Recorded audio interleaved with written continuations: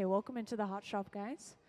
Today we actually have our usual Hot Shop teams. These guys work here full time at the museum blowing glass for you guys.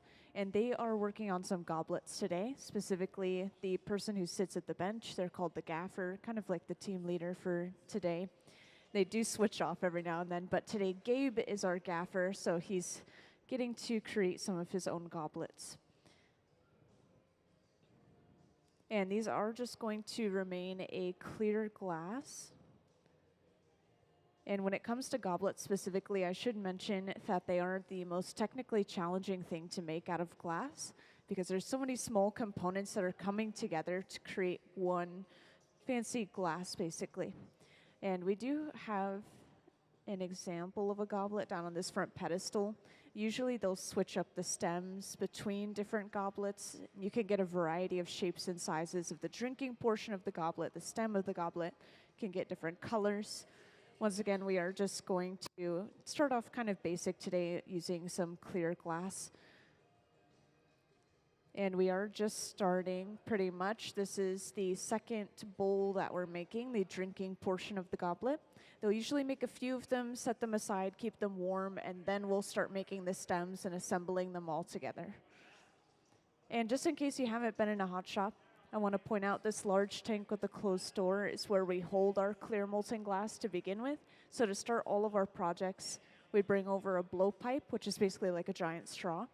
And we just simply dip it into this pool of molten glass and turn the pipe, and that gathers a ball on the end.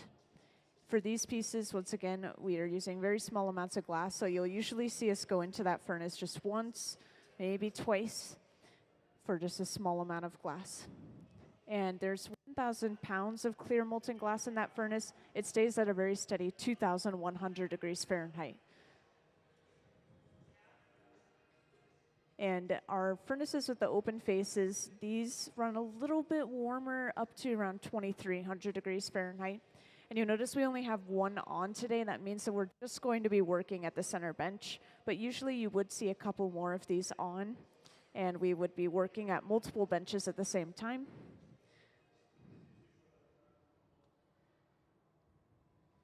And of course, if you guys have any questions, feel free to just let me know.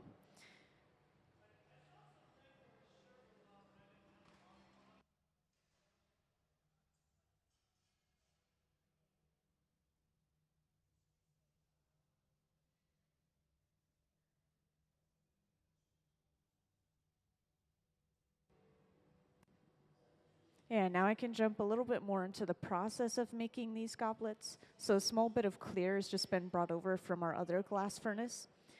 And this is being turned into something called the avulio, which is basically just a little connection point between the stem and the bowl of our goblet. You can see this exact shape right here is exactly what we're making right now.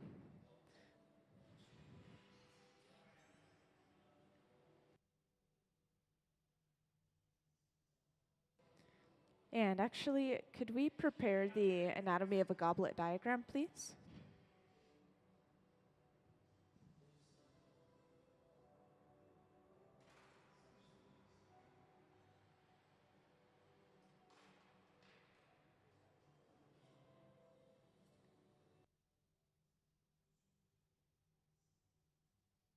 Thank you. So up on the screen, we do have a diagram of a basic goblet. I just wanted to point out the avulio. Once again, this is what we're creating right now. And this is the connecting point between the stem of our goblet and the drinking portion, the bowl.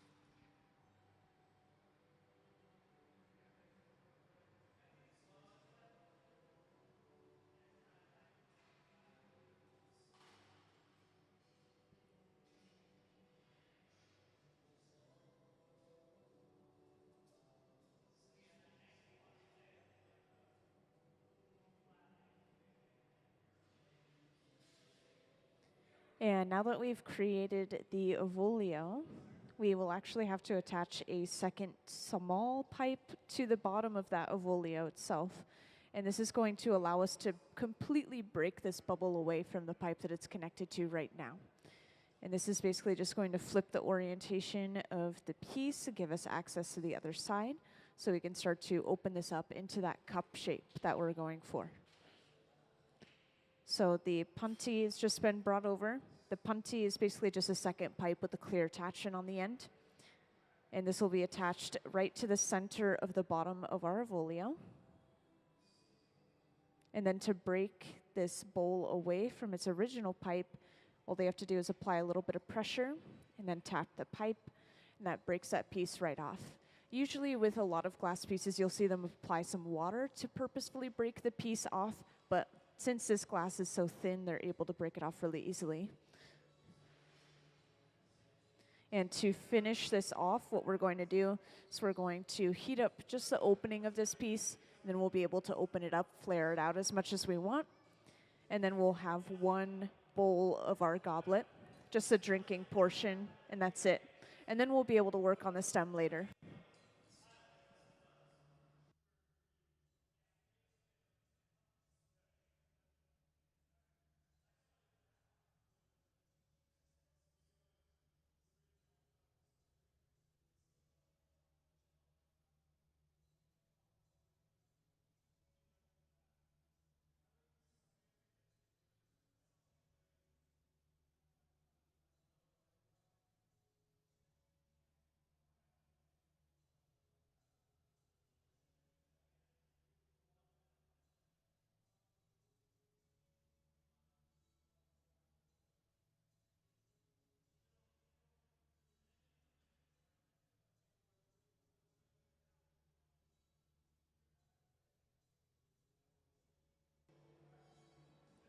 So as you can see, they've heated up just the front of the piece.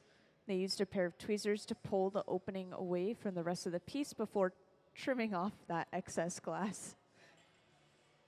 And it looks like that little connecting point at the bottom of the Evolio where the pipe was connected is a little bit too cold, kind of popped away.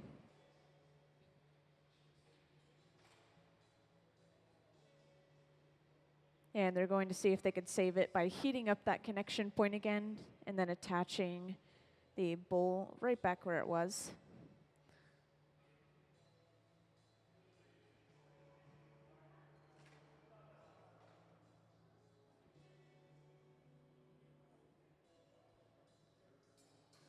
And they did successfully connect it back on the pipe, but there must have been small error in the glass after it had broken off.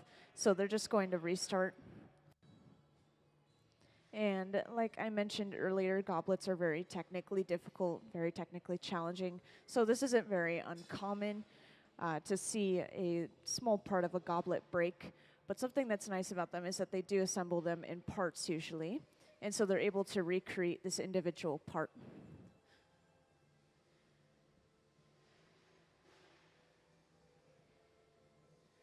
And I will also point out that this bucket that it was knocked off into is specifically labeled clear. Only clear glass goes into that bucket, allowing us to break it up and throw it back into the furnace to melt down again, basically just reusing that glass. So we do get to reuse a lot of our glass in the hot shop. We do use mostly clear, especially when we're experimenting and kind of practicing like we are today.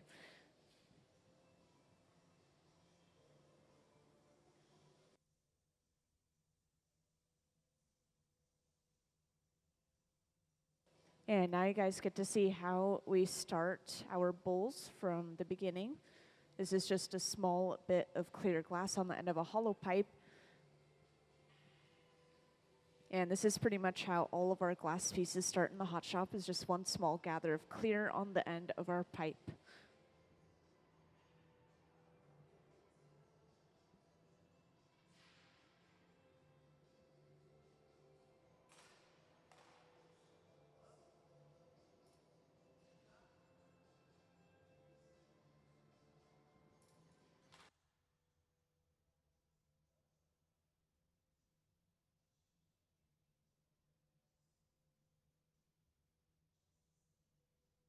And I want to point out these two metal blades specifically. These are the jacks, and you'll see us use these metal blades to create the jack line, which is a divot in between the bubble and the pipe that you just saw him make. And this is where we break the piece off the pipe later on, just like you guys saw earlier.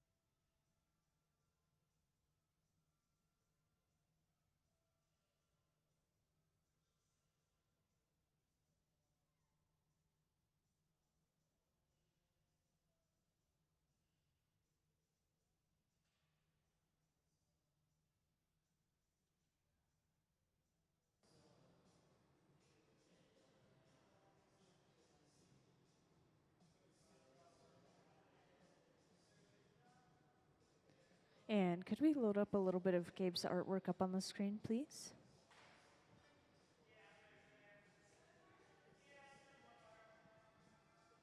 Thank you. So up on the screen, I want to point out we have a slideshow going of the man's artwork who's sitting down working at the bench currently, once again, the gaffer, kind of like the team leader. And his name is Gabe Feenan. And this is some more of his artwork up on the screen. This is his artistic style.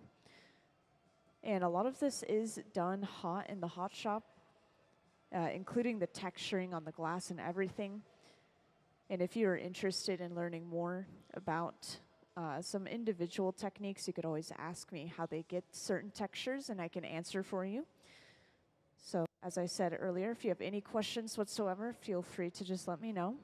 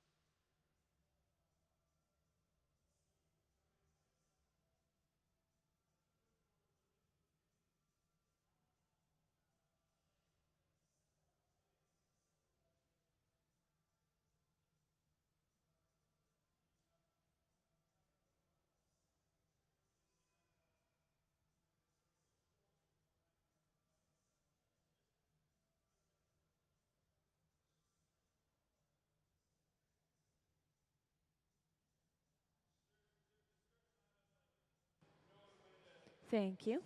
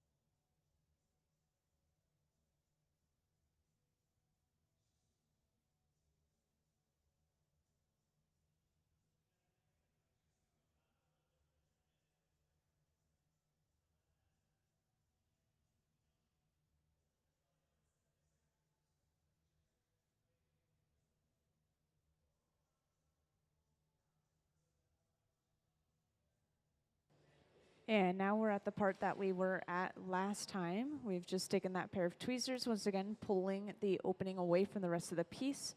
They're going to trim off this excess glass. This will get rid of some, it's a little bit of thick glass in that area, a little bit of an uneven break. You can never break it perfectly off of that original pipe.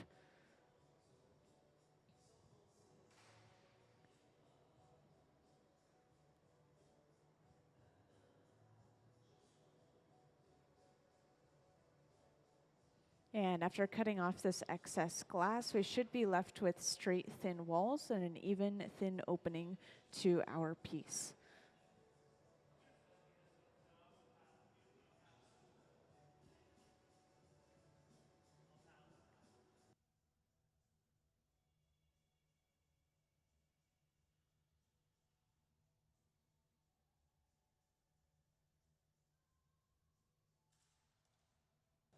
And to open this piece up a little bit more, they're using a Soffietta, which is this cone-shaped tool. The cone will block off the opening to a piece and allow them to blow a little bit more air in. So as you can see, this has reinflated the glass just a little bit, kind of blowing out the shoulder.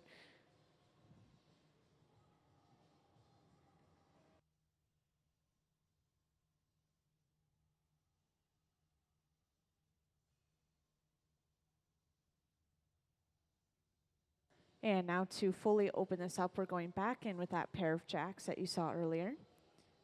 And slowly opening the blades and lifting at the same time. And this is opening this up into a cup shape. And since this glass is very thin, we do have to heat it up pretty frequently. We're going in between the furnace and the bench. It's heating up very quickly, cooling down very quickly, so we do have to work with that glass just as fast.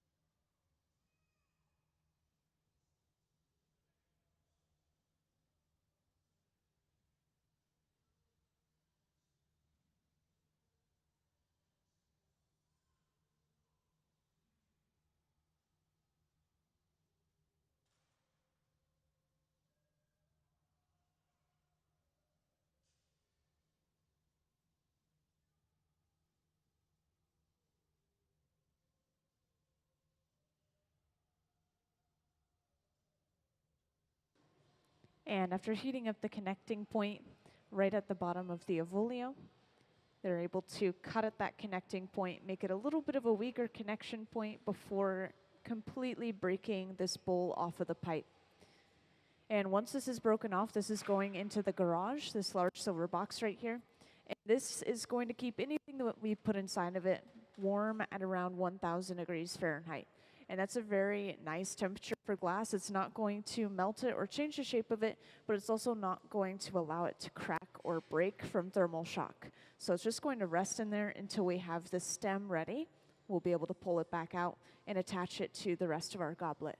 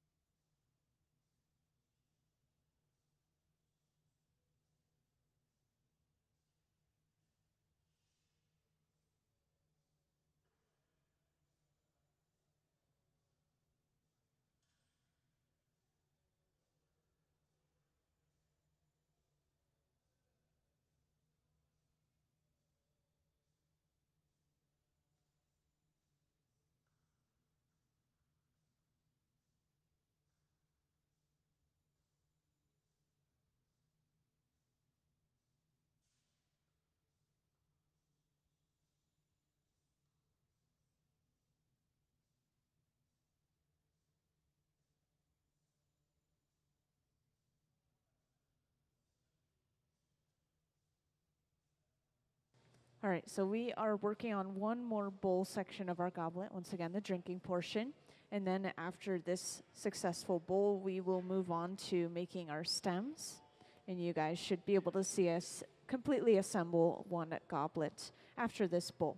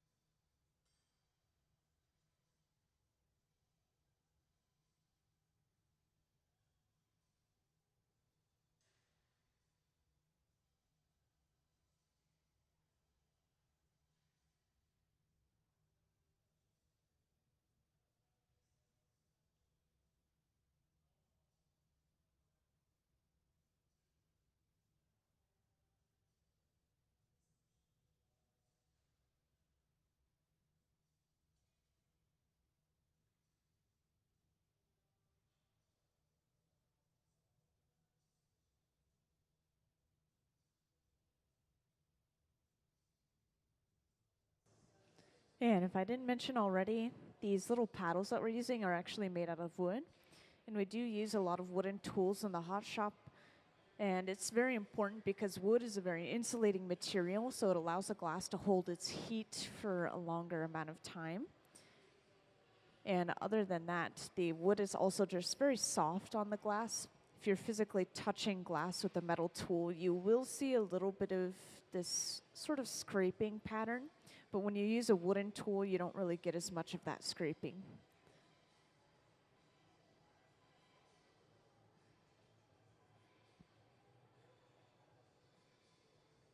And on top of that, another small detail, you saw at some point, Gabe reached back and he used this little pad kind of behind the bench with these two metal blades. And this is actually just a pile of beeswax that he dipped the hot blades in. And this is just preventing these metal blades from sticking to the hot glass.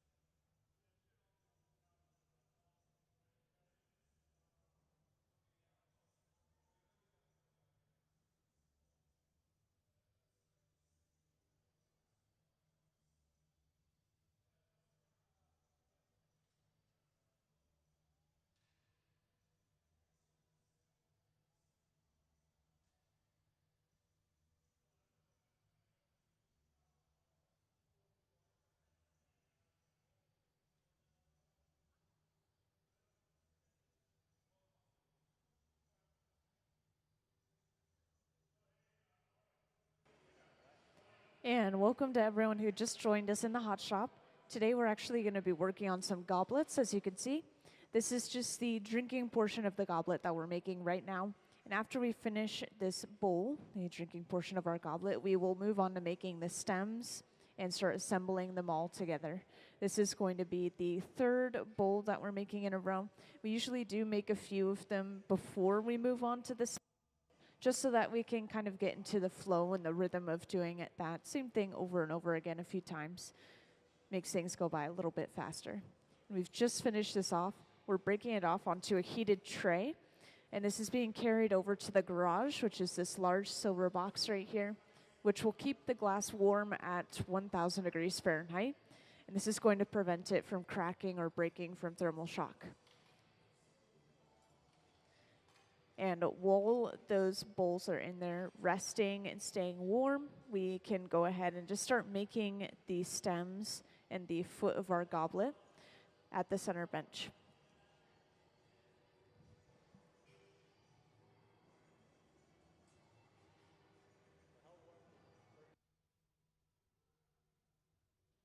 So I will point out our first furnace, which Gabe is gathering from here. This is one of our glass furnaces, and this one stays at 2,100 degrees Fahrenheit, and that runs 24/7 at that temperature, so it doesn't really change.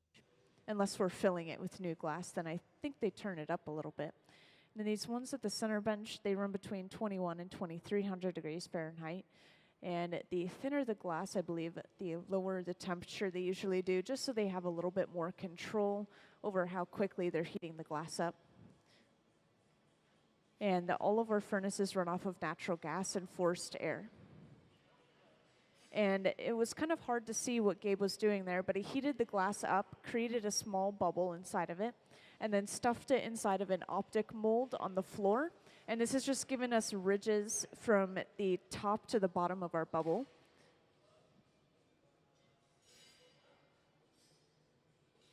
And this is going to be the first part of our stem. This is called the optic ball, because it's going into that optic mold to get this ridge texture.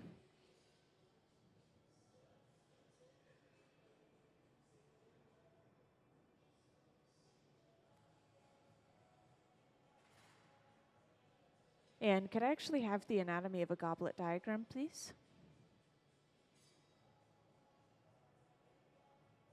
Thank you. So up on the screen, we have a diagram of our goblet. Once again, we've just created the bowl. And that bowl actually already had the ovolio attached to it, which is basically just a connecting point between the stem and the bowl of our goblet. And now we are working on the optic ball. So pretty much just like this diagram shows up on the screen.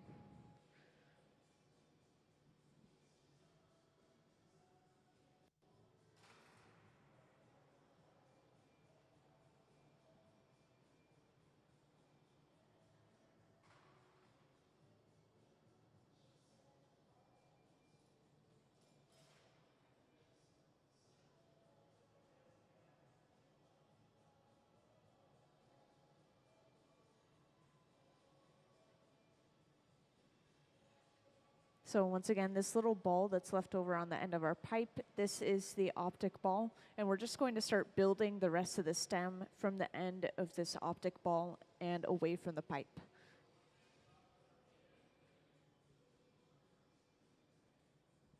So first, a small bit of clear is brought over and attached right to the end of our optic ball, and this is just turned into a little flat disc. This is where we will place the next part of our stem, which is usually the longest part of our stem.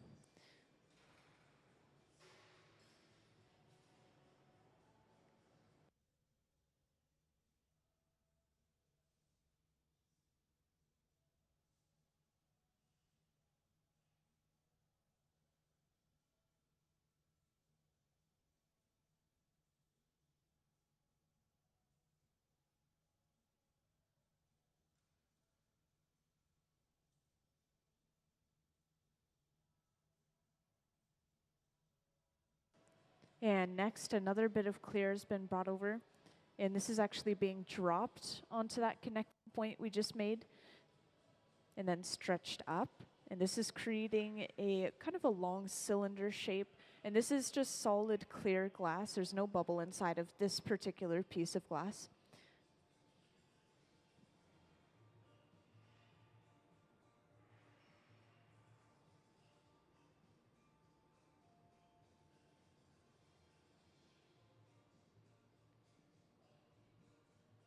And to create a more perfect cylinder shape, Gabe is going in with a pair of jacks, and he is shaping up around that connecting point first before moving on to heating up the thickest area of the glass right in the center.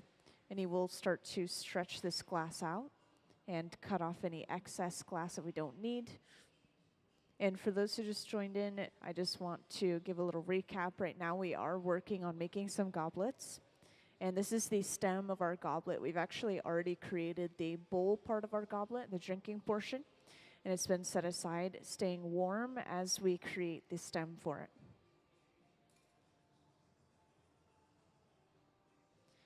And this tool right here, these are a pair of diamond shears. As you can see, the blades come together to create a diamond shape.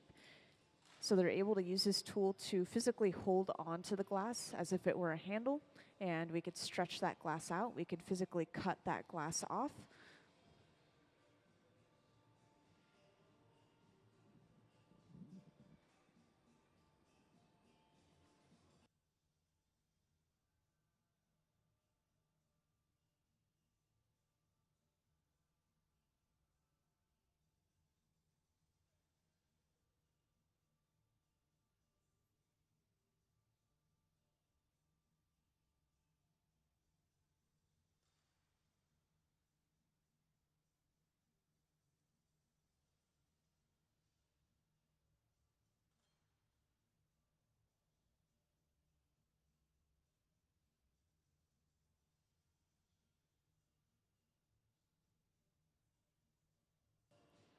And yet another small bit of clear is brought over. And this is attached right to the bottom of our stem. And this is creating one more disc where we will place the foot of our goblet. So we are getting close to finishing the stem of this goblet already.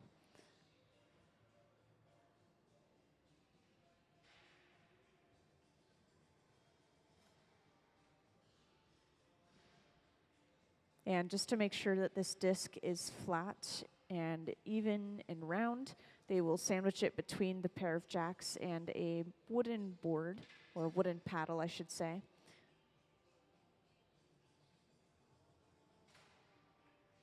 And now this is our completed stem. We just have to create the foot on the bottom of that disc we just made, and then we will have the lower half of our goblet complete.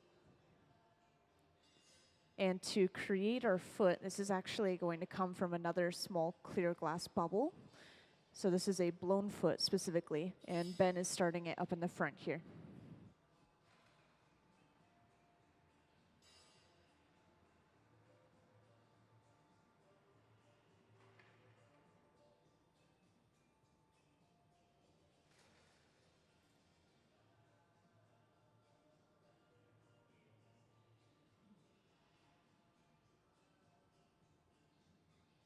So this bubble is brought over, and just like our stem earlier, this is dropped onto the bottom of what we already have.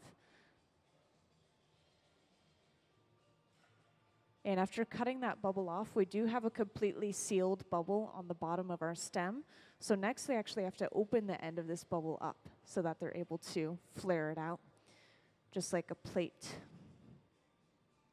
And to open this up, we will luckily be able to see this process. Gabe is going in with a pair of jacks, and he's not cinching all the way down, but he is creating a line kind of in the middle of the bubble. So when they break this end piece of the bubble off, this will leave them with an opening into the rest of the bubble that remains.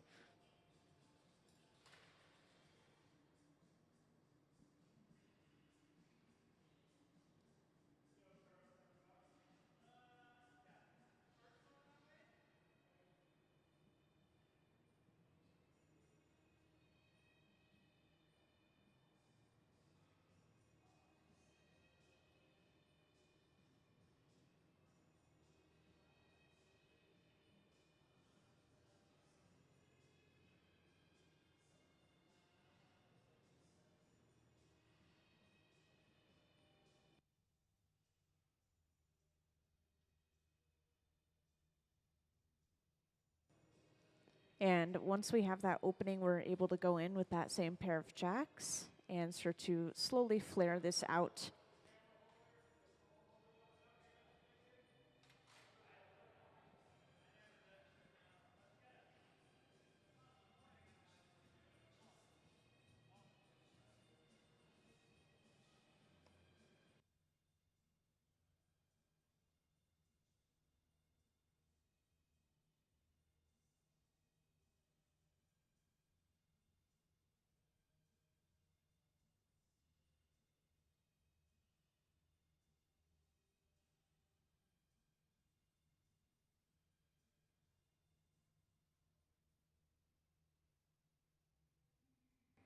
And now that this has been flared out, it will then be sandwiched in between the pair of jacks and that wooden paddle, just like that disc earlier, to make sure that everything remains straight and even, so it sits nice and flat on a surface such as a table.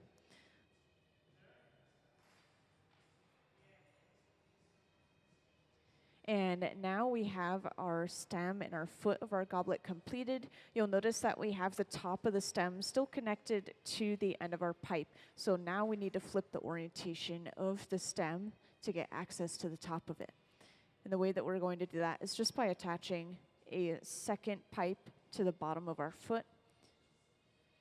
And then we'll be able to break the stem away from its original pipe completely.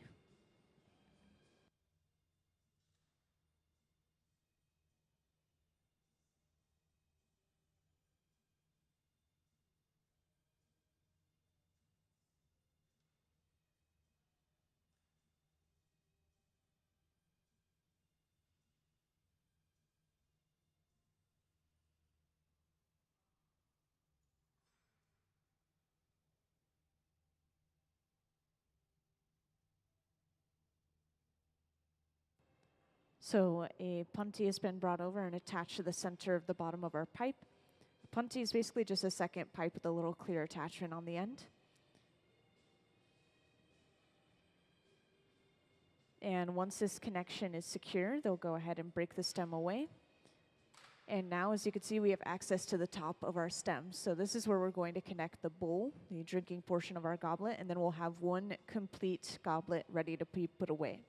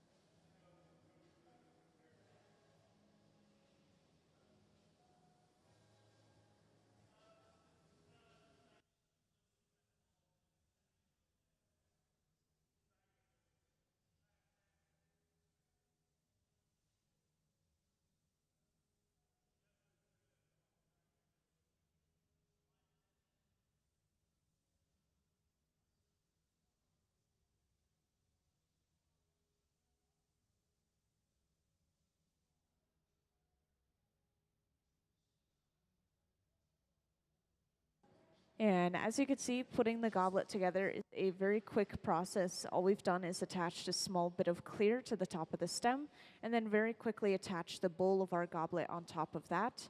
And we now have one completely assembled goblet. From here, they will just make sure that everything is straight and evened out before putting this goblet away.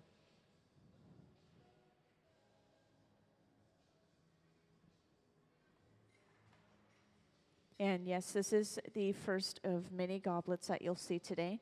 This is the first one that we've put together today so far, though. And we do have two more bowls set aside. Once again, the drinking portion of our goblet.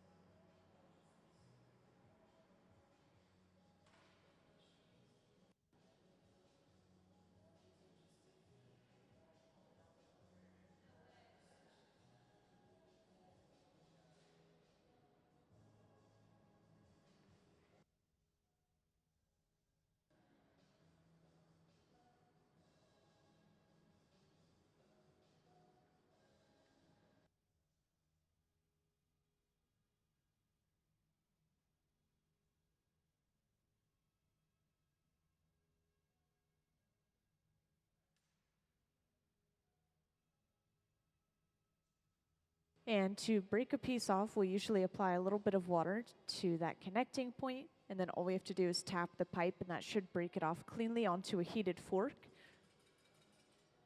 And it looks like that was a successful break, so let's give them a little round of applause for their first piece of the day.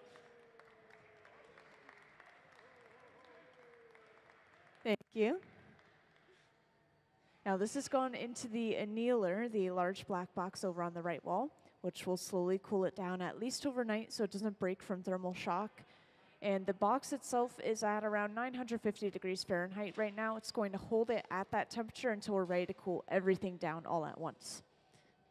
And we will get started on the next goblet pretty soon here at the center bench. For now, let's put up some artwork on the screen. So could I have some of Gabe's artwork on the screen, please? So I just want to highlight Gabe's artwork today, the man who's been sitting and working at the center bench. He is the gaffer today, which is kind of like the glass filling team leader. And they do usually switch off and kind of take turns gaffing and assisting each other. So today, Gabe is our gaffer. This is his artwork on the screen. A lot of this is done in the hot shop, including the textures, the colors, everything. A lot of it is done in the hot shop. And if anyone has any questions about any techniques or how we get color in the glass, about the glass process, feel free to ask away. Just grab my attention. I can answer any questions you have.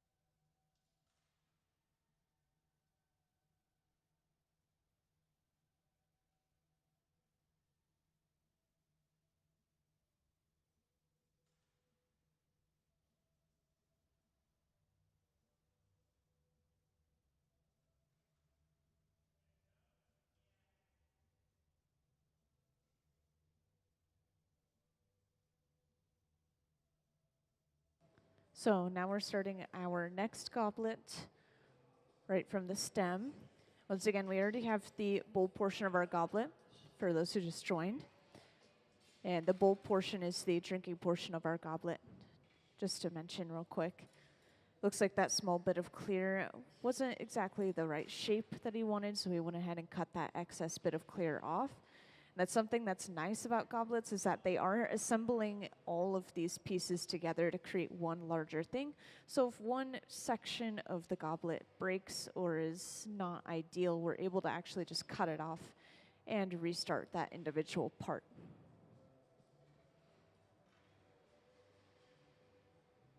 But I will mention, if I didn't say so to you guys already, that goblets are the most technically challenging thing to make out of glass. As you might imagine, there's all these small pieces coming together, and the glass is very thin itself, so the glass is cooling down very quickly, heating up very quickly. You have to keep everything balanced.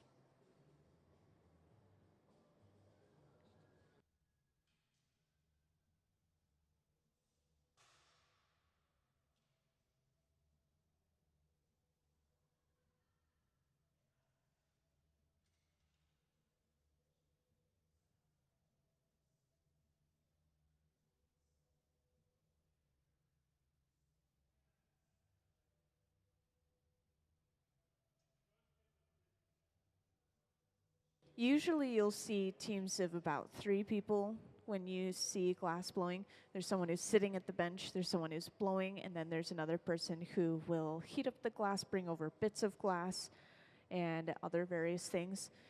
And sometimes, depending on the project, if there's more components, they need more people. Sometimes they can make it work if there's only 2 people.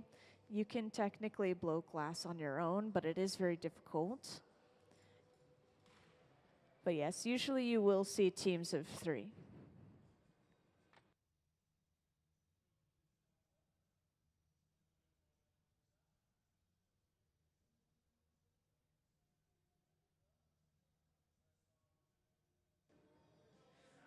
Well, a lot of our Museum of Glass Hot Shop team members, like these 3, they all have over 20 years of glass blowing experience each.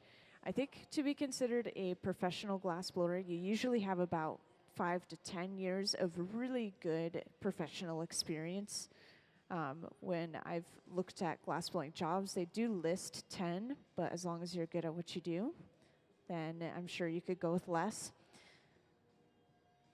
And it takes a while just to even get the muscle memory. When it comes to glass blowing, you have to constantly keep the glass moving. You could see that Gabe is moving this pipe back and forth. And this is keeping the glass on center so that the gravity doesn't just pull it down towards the floor. And that's something that a lot of beginners struggle with, is just that constant movement. You could forget for just a split second and your piece is ruined.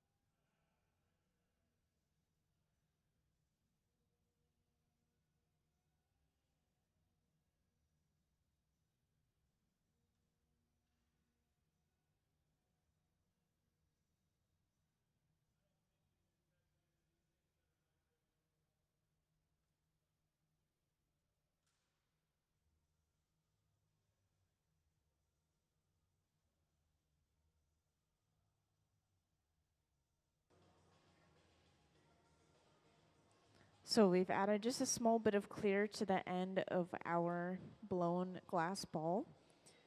And this is basically just forming a platform for the rest of our stem. So we just brought over another bit of clear. This has been elongated quite a bit. And this is going to eventually take on the shape of a really long, thin cylinder.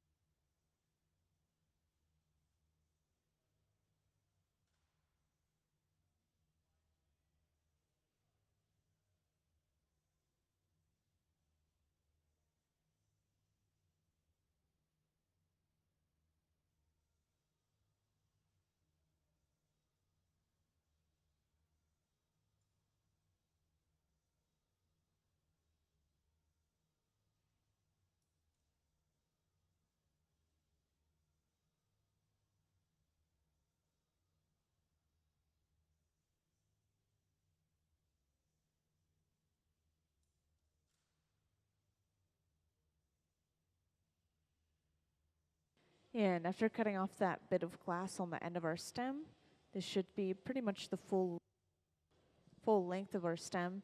We will be attaching the foot to the bottom of this as well to finish this section off.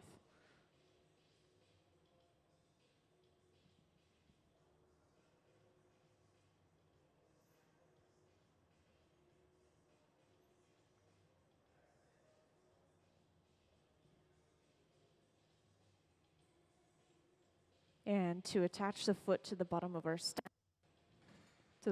stem, we first just attach a small bit of clear to create a disc at the very bottom. And this is basically just going to be a platform for our foot in general.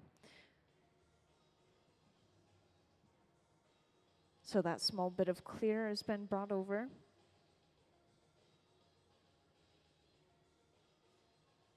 And to create an even platform, we have to make sure that we're sandwiching it between two tools to flatten both sides of this piece of glass at the same time and get that perfectly round and even shape.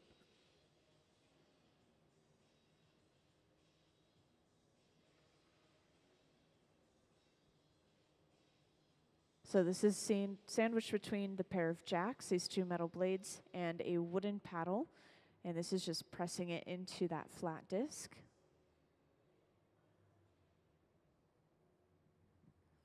And now that we have this platform, our next step is going to be attaching a bubble of clear blown glass, which Ben is preparing right now, onto the bottom of that stem. And this is going to create a blown foot specifically.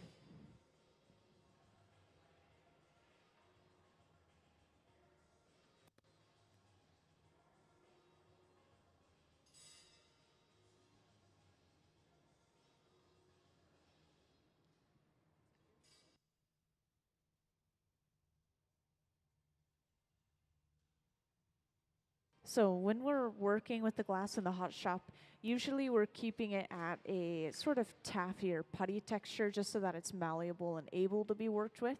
So if we were to drop a molten piece of glass or a taffy textured piece of glass, it would actually kind of bounce or even kind of slump onto the floor depending on how hot it is.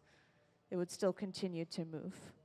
But as it cools down, it will start to break from thermal shock. So you could have a piece of glass that's broken off and then set aside for like an hour, and then it will randomly crack or even explode, depending on the piece of glass. So usually if we have any bigger pieces of glass, we do push them far out of our way just so that if they do explode, then we're not going to have to deal with any glass shards.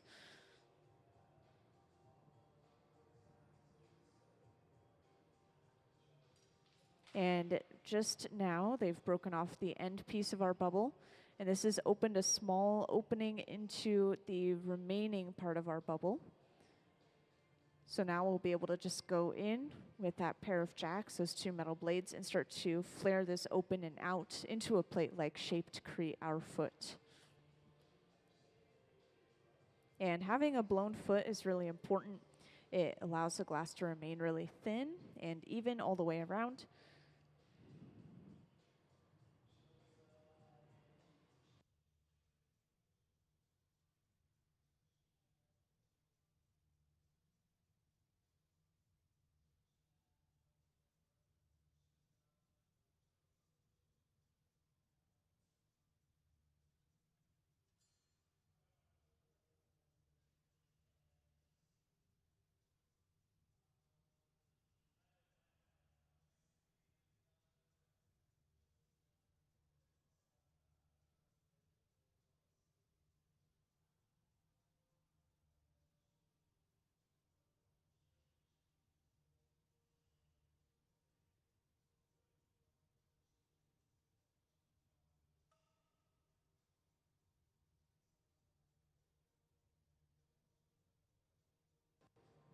And after flaring this foot out, this is once again sandwiched in between the jacks and the paddle, just making sure that this foot is completely even and flat throughout, so it sits nice and even on a flat surface such as a table. And now that we have our foot created, we will next attach a second pipe to the center of the bottom of our foot. And this is going to allow us to break the stem away from the pipe that it's connected to right now.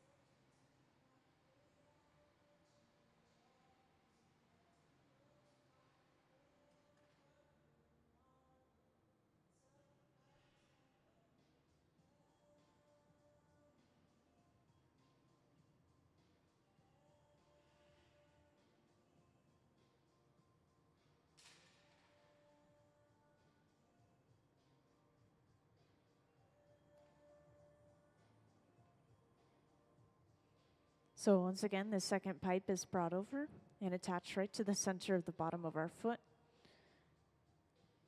And once this connection is secure, they'll go ahead and break the stem away from that original pipe. And this is going to give them access to the top of the stem where they will be attaching the bowl of our goblet, the drinking portion.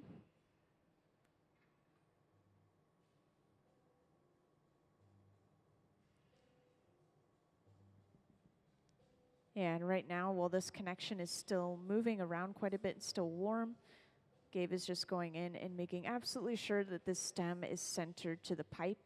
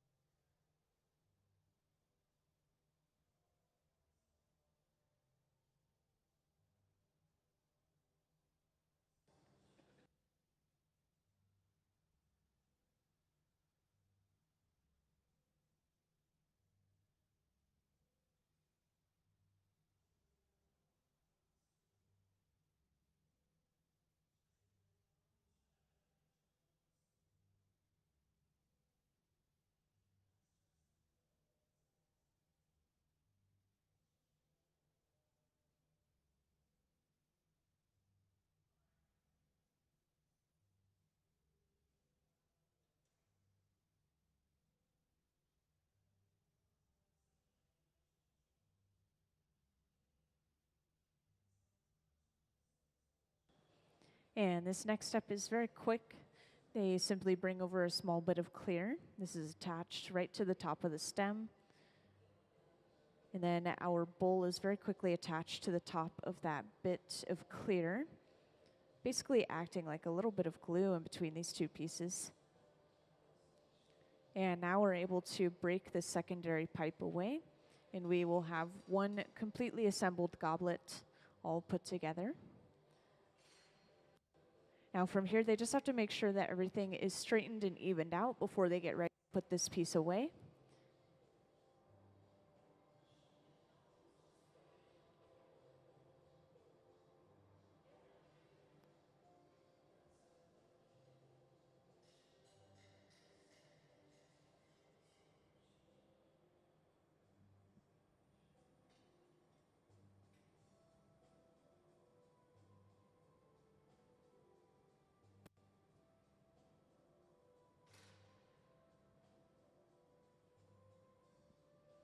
And because this glass is so thin and there's so many small parts to it, we are going in between the furnace and the bench pretty frequently. Whenever we're going into the furnace for just a few seconds, this is called flashing. We're just keeping the piece at around 1,000 degrees Fahrenheit to prevent the glass from breaking from thermal shock.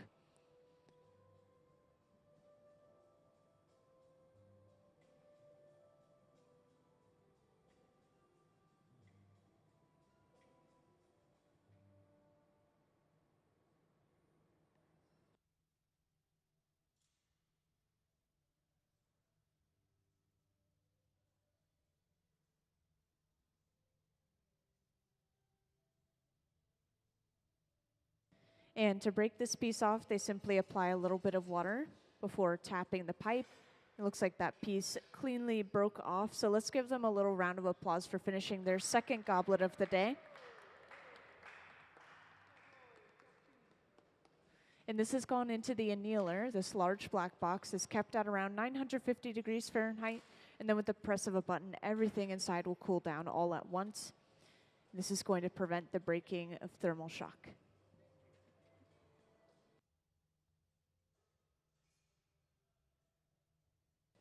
And we do have one more bowl set aside, once again, the drinking portion of our goblet, which means that we can make one more goblet before we have to start making the bowls again.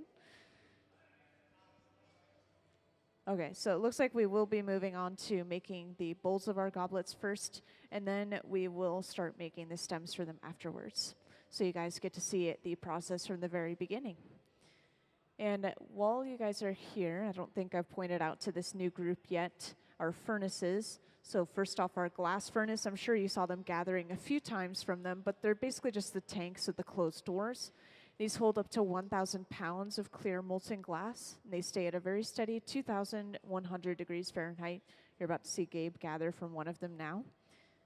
And the texture of this molten glass is very viscous and sticky, a lot like honey. So you could imagine it just as this giant pot of honey inside of there.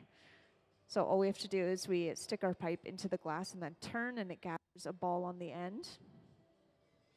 And then, of course, our other furnaces with the open faces are used for reheating the glass. These run between 21 and 2,300 degrees Fahrenheit, so just a little bit warmer. And we just have one of them on today because we only need to work at one bench for these small projects.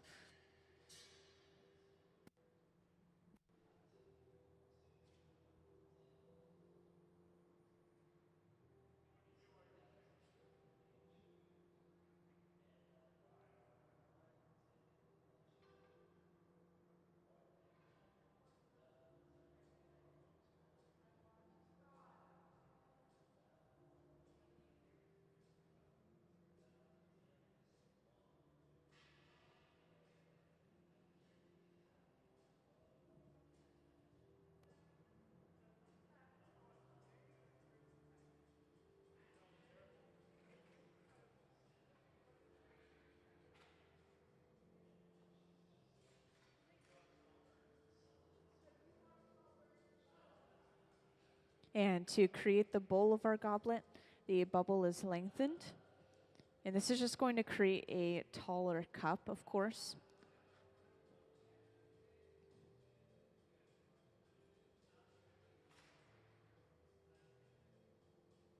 And these two metal blades here, I've mentioned them before, these are the jacks. These are very important in pretty much any process of blowing glass.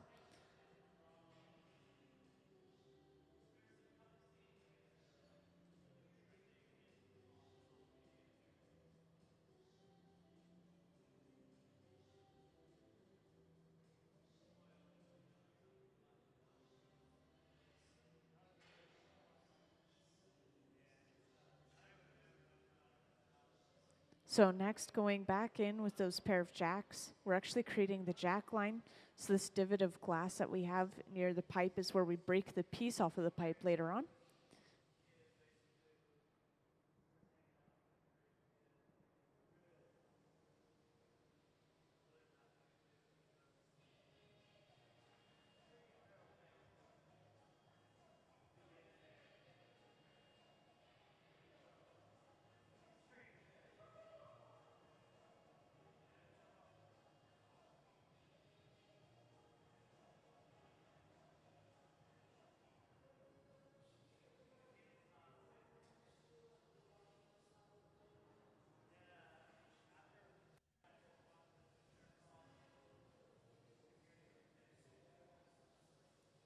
And sometimes after heating the glass up, you'll see them hang the bubble down.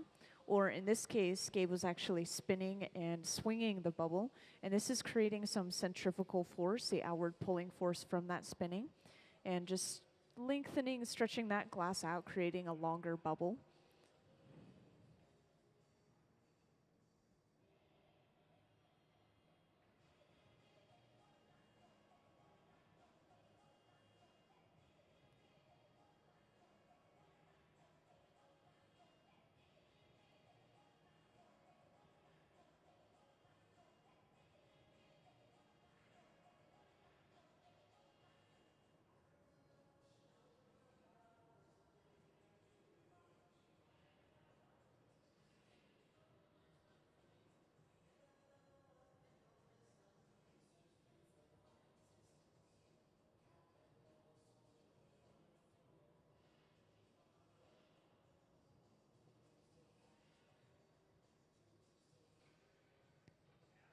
And right then, when Gabe was heating the glass up inside the furnace one more time, he was actually just heating up the lower section of the bubble in order to flatten the bottom of it.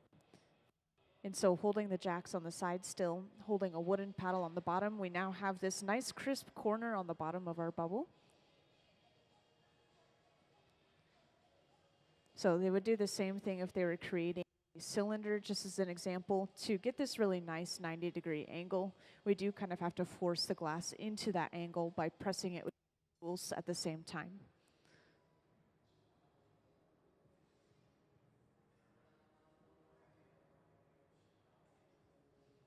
And next, a small bit of clear is brought over and attached right to the center of the bottom of our bubble. And this is going to create the connecting point between the bowl of our goblet and the stem of our goblet. This connecting point is called the avolio.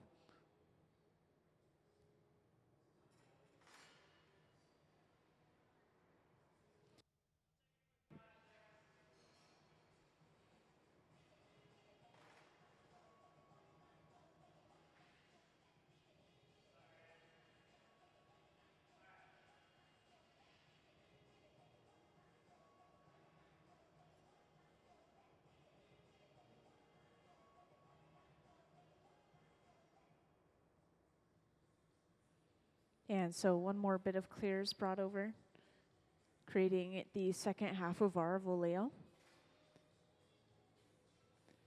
And could I actually have the anatomy of a goblet diagram, please?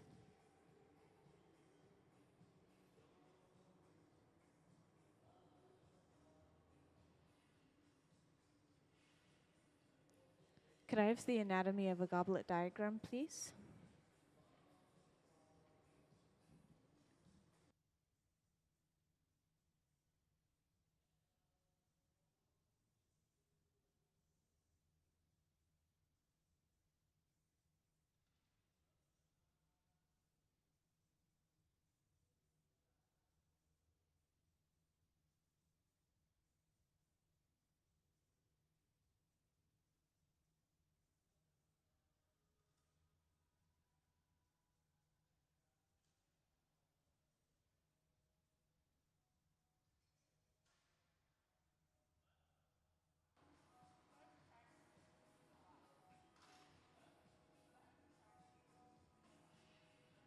So I was just asking for that diagram earlier to show you guys the exact shape and the spelling of the avolio, just because the closed captioning doesn't get it exactly right.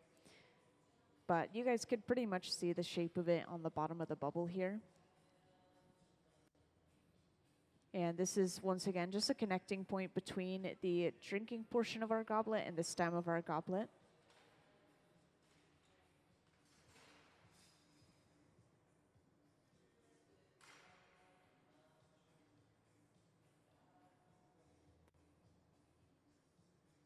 And next, a punty is brought over. And some of you may have seen it earlier, but once again, a punty is basically just a second pipe with a little clear attachment on the end. This is attached right to the center of the bottom of our piece, allowing us to break the piece away from its original pipe. And it looks like that connection was not very strong, so it did fall off and break on the floor. But no worries, we will just get started on the next bowl.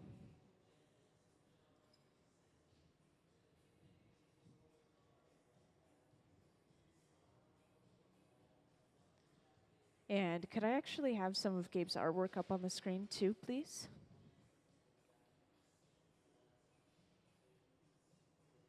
Thank you. So I just wanted to point out and re-highlight, just in case you guys didn't see already, the man who's sitting at the center bench. His name is Gabe Feenan, and this is his artwork up on the screen in the form of a slideshow. And he's been working with glass for over 20 years. Actually, a lot of these artists have been working with glass for over 20 years individually.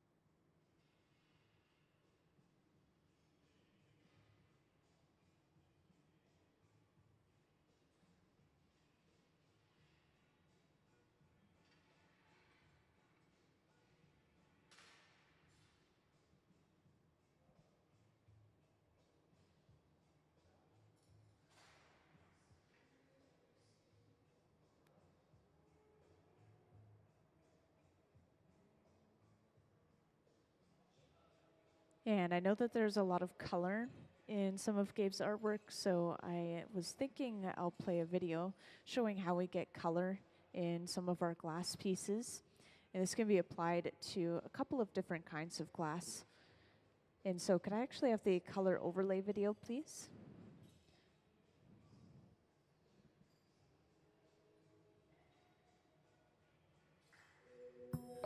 The color in glass comes from adding various materials to the mixture of raw ingredients called batch.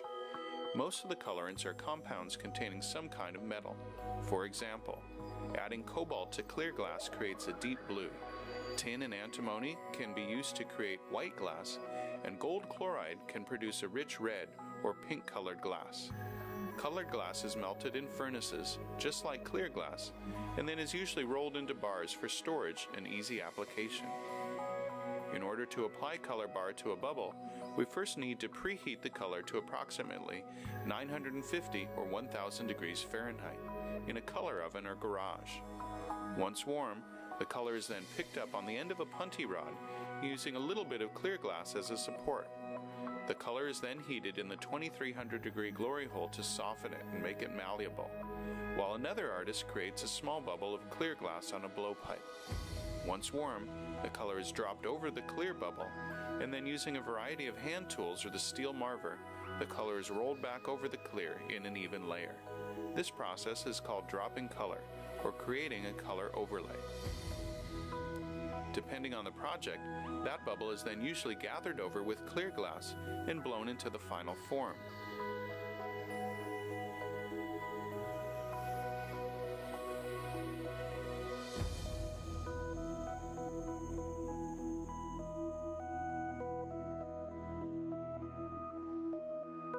The finished product may appear to be all made from colored glass, but when viewed in cross-section, we can see that there is only a thin layer of color sandwiched between many layers of clear glass.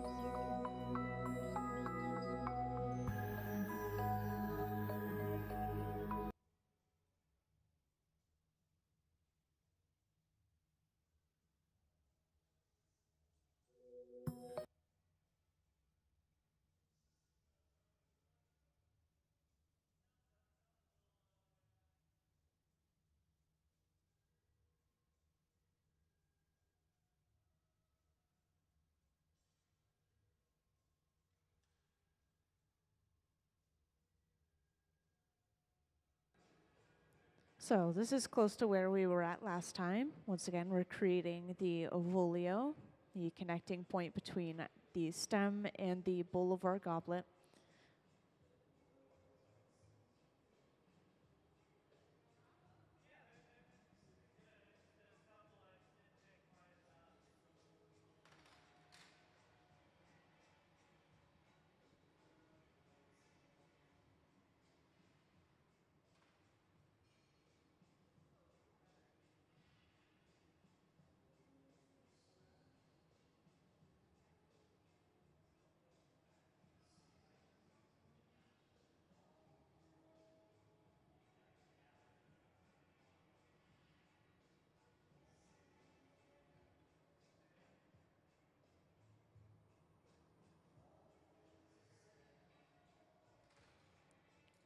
And next, the punty is brought over. Once again, the punty being a second pipe, the little clear attachment on the end. This is attached right to the center of the bottom of our ovolio. And then to break the piece away, Gabe applies a little bit of pressure with a pair of tweezers and then breaks the piece away from its original pipe.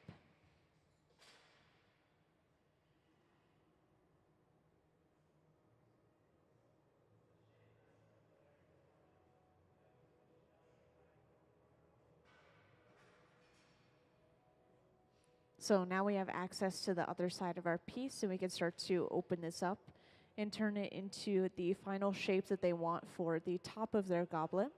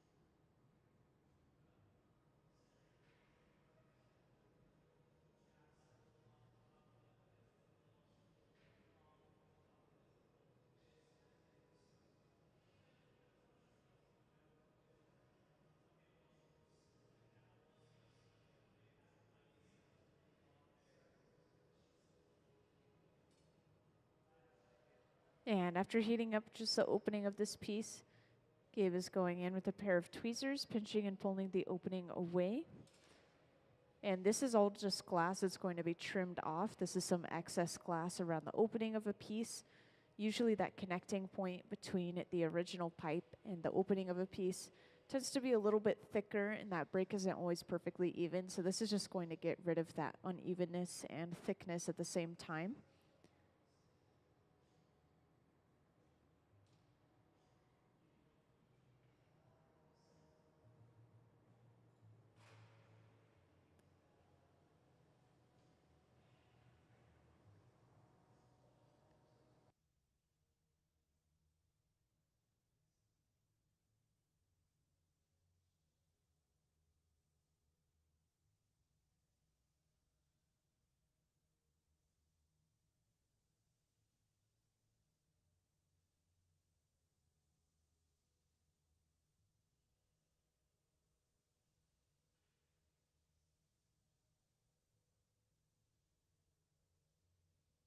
And after heating this glass up one more time, Gabe is able to go inside of the piece with the pair of jacks and start to flare this open.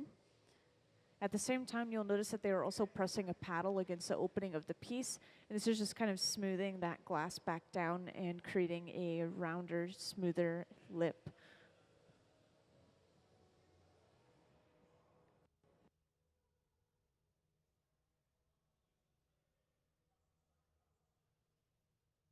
So goblets are actually pretty fast.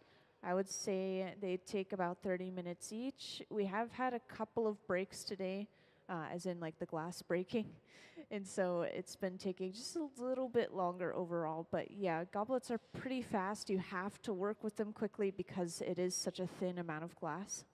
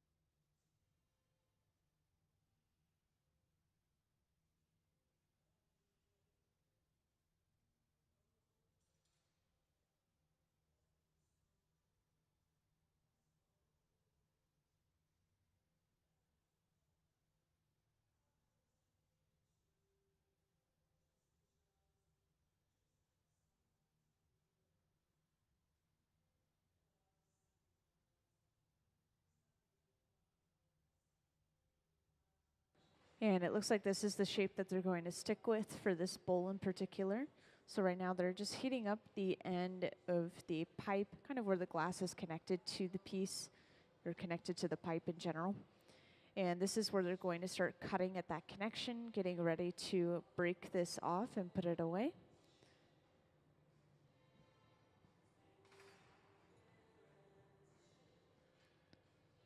So further cutting at that connection, this is then going to be knocked off onto a heated tray and then carried over to the garage, which is this large silver box right here on the hot shop floor. And this is going to keep it nice and warm at around 1,000 degrees Fahrenheit, which is going to prevent the glass from breaking while we're creating the stem.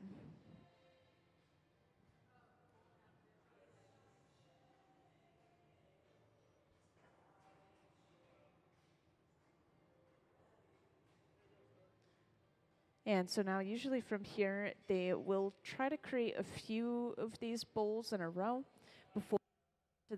before moving stems. Before moving on to the stems, and we'll see which one they choose to go with. They could jump right into making the stem for that one, or they could continue to make those bowls for a little bit.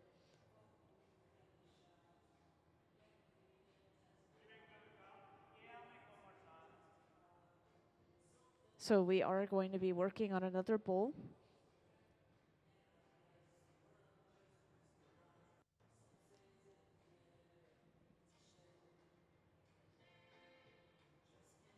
And for those who just joined in, today we're working on making some goblets.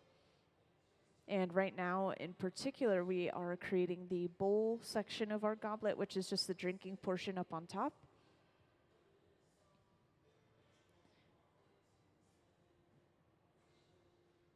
And I will point out this metal table that Gabe is using here. This is the Marver.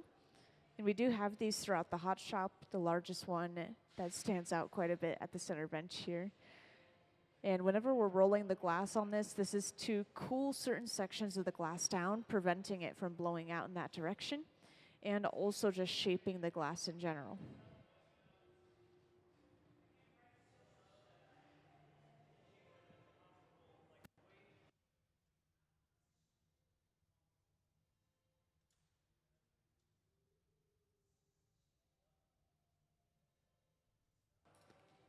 So now to start creating the bowl for this goblet, Gabe is first lengthening the bubble using a pair of diamond shears, holding on to the end of the bubble and stretching it as somebody blows into the end of the pipe.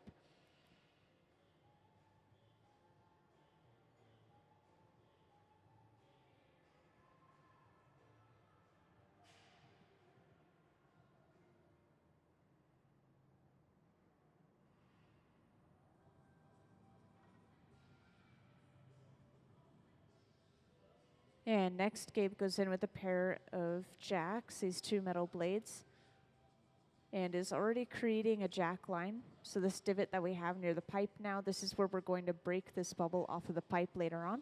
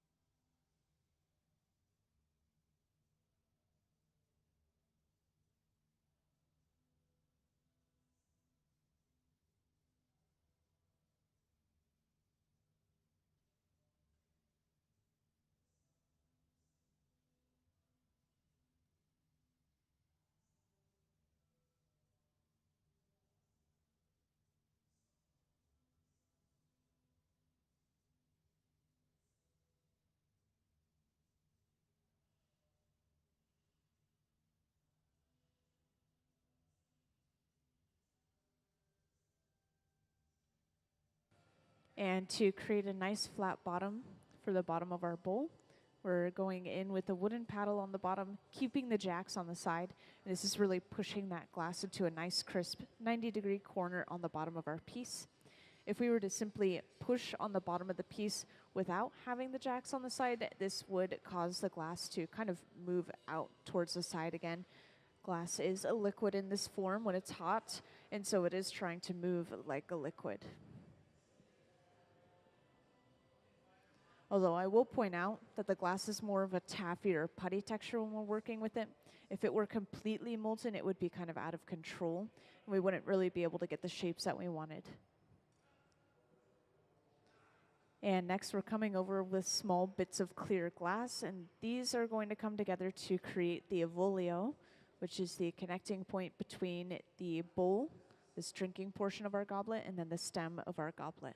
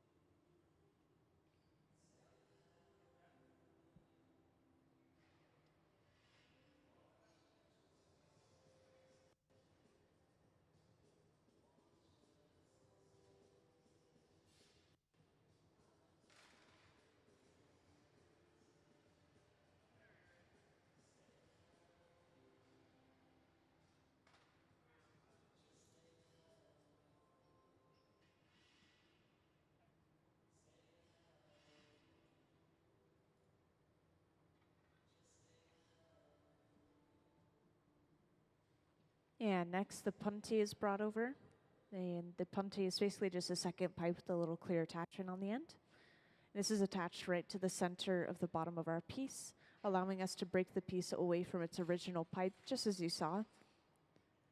So now from here, we'll be able to start heating up the opening of this piece, the face of this piece, and just start to work on opening this up and flaring it out to however large they want this drinking portion of our goblet.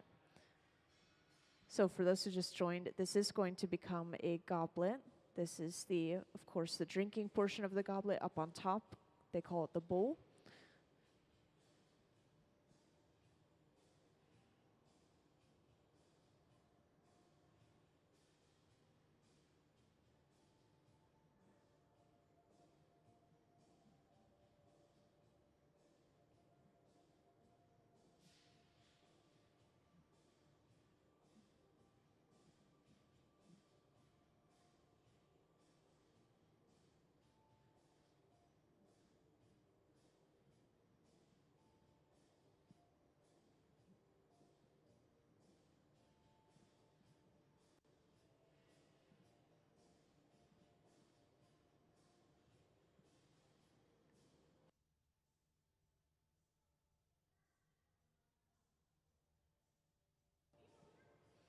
So this building that we're inside of is actually based off of these wood burners that we used to have along this waterway right here. And these were used for burning leftover wood scraps from logging. This used to be a large logging area. And they stopped using those burners over time because we ended up starting to use every single little bit of scrap of leftover wood, you know? And so this building that we're inside of is basically just kind of paying tribute to what this area used to be and what it used to be used for. And it's shaped exactly like those wood burners that used to be along the waterway. And I will point out, this cone is tilted on its side to give us more floor space. That is one difference that we have between the two. We have a fan up at the top to pull hot air out. So it does create a little bit more functionality, but it is mostly just to be flashy and have a story behind it.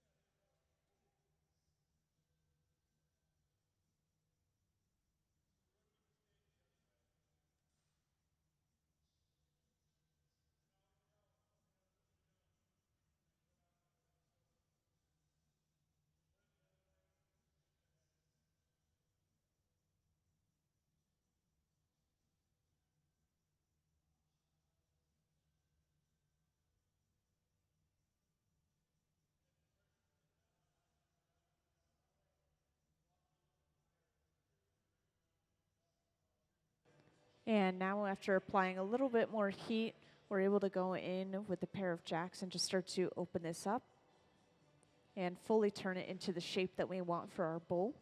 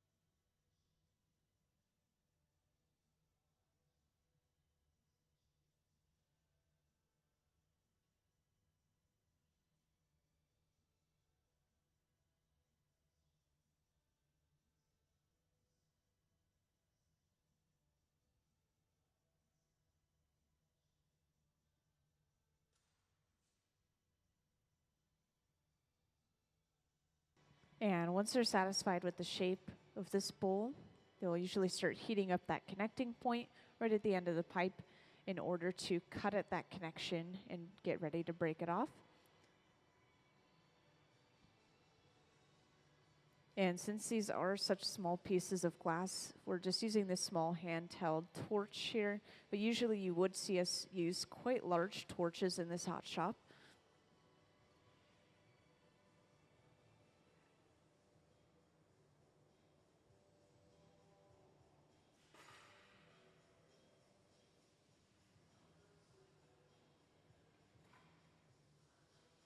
So to fully break this off, we're cutting at the connection with a pair of shears. And then this is actually broken off onto a heated tray specifically. We don't want the hot glass to touch cold metal, otherwise it could crack from thermal shock. So after this is broken off, this is carried over to the garage, this large silver box. This will keep it warm at around 1,000 degrees Fahrenheit and prevent it from breaking while we get the stem ready for the goblet.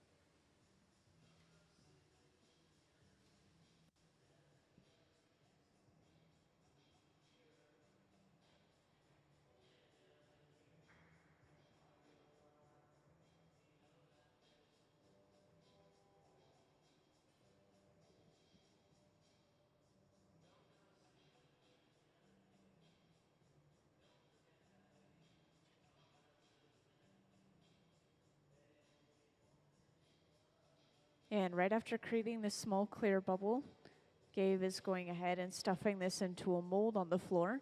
This is specifically an optic mold. It has these lines going from the top to the bottom of it on the inside. And this is going to leave an imprint on the glass of those exact ridges, just creating a texture on the surface of the glass. And this will both give us a visual and a physical texture for this section of our goblet. This is the optic ball. It's basically just the topmost part of the stem.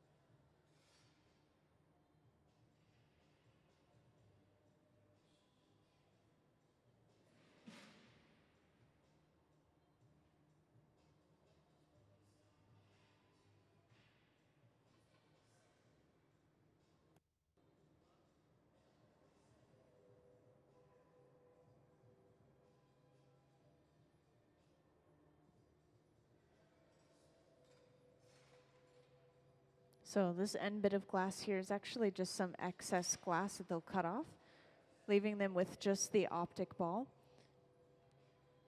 And then from this optic ball, they'll start to disassemble the rest of the stem, bringing over bits of glass and attaching it to the end of the optic ball furthest away from the pipe.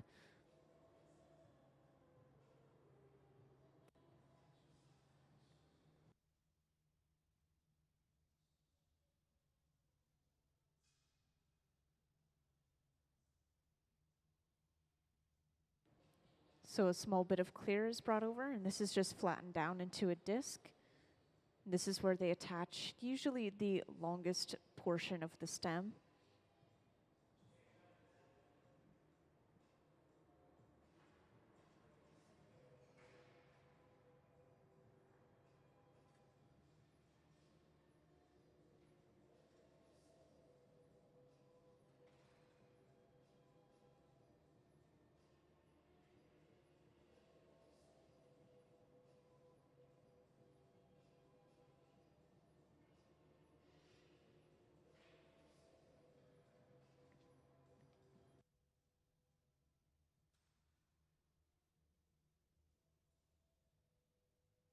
And to attach this longest portion of the stem, they actually turn the pipe upside down and drop this bit of clear right on the end of the glass that we've already created. And of course, this is going to be touched up further. This is going to be lengthened and kind of thinned out into this really long cylinder.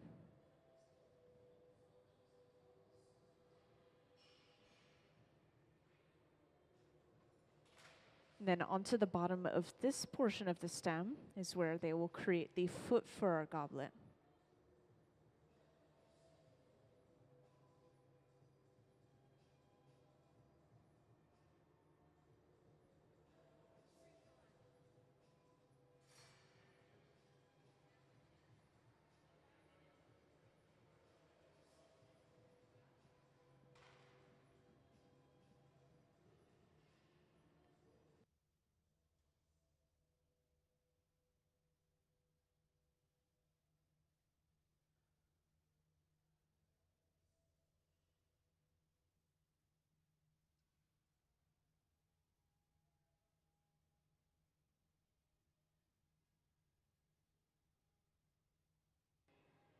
So this tool here, these are a pair of diamond shears. When the blades come together, they create this diamond shape. And so because of this, they're able to hold onto the glass almost as if it were a handle, stretch that glass out. They can physically use these blades to cut the glass as well.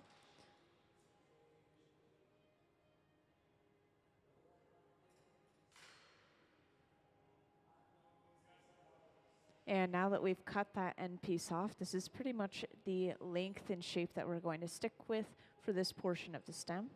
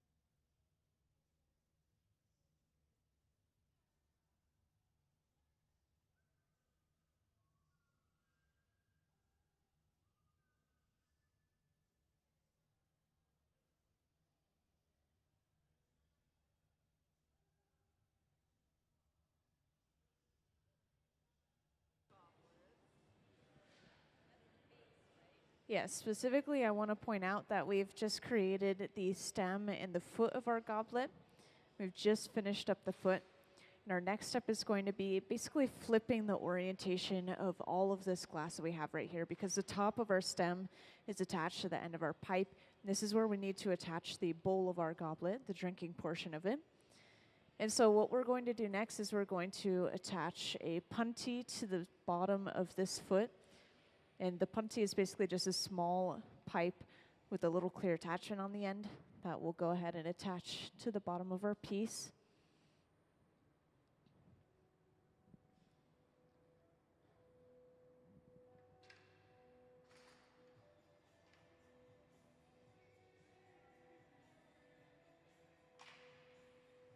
And we actually already have the bowl portion of our goblet made, if they didn't point it out yet.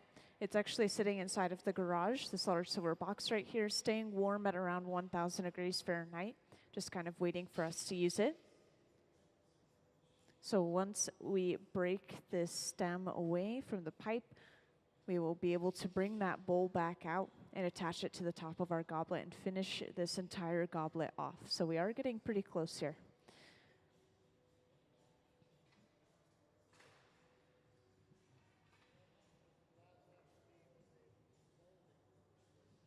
So when the glass is completely molten, when we first start out, it's usually at around 2,100 degrees Fahrenheit. But of course, we don't want it to be completely molten throughout our process, so it's more of like a taffy or putty texture, somewhere in between 1,000 and 2,000 degrees Fahrenheit. 1,000 degrees Fahrenheit, the glass is actually completely hard again, just as if it were normal glass.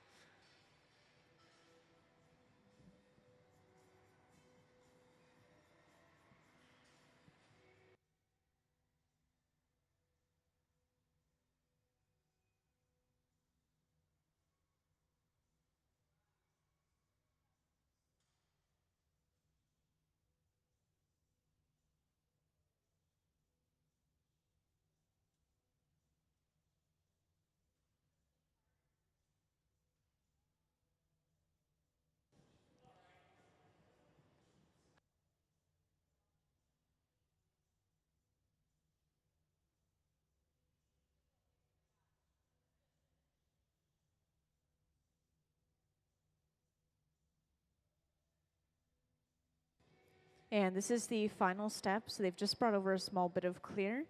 They very quickly bring over the bowl of our goblet and attach this right to the top of our stem. And once this is firmly attached, they'll go ahead and break away this secondary pipe. And we now have one completely assembled goblet. From here, they do have to make sure that everything is straightened and evened out before getting ready to put it away. But this is a complete goblet now.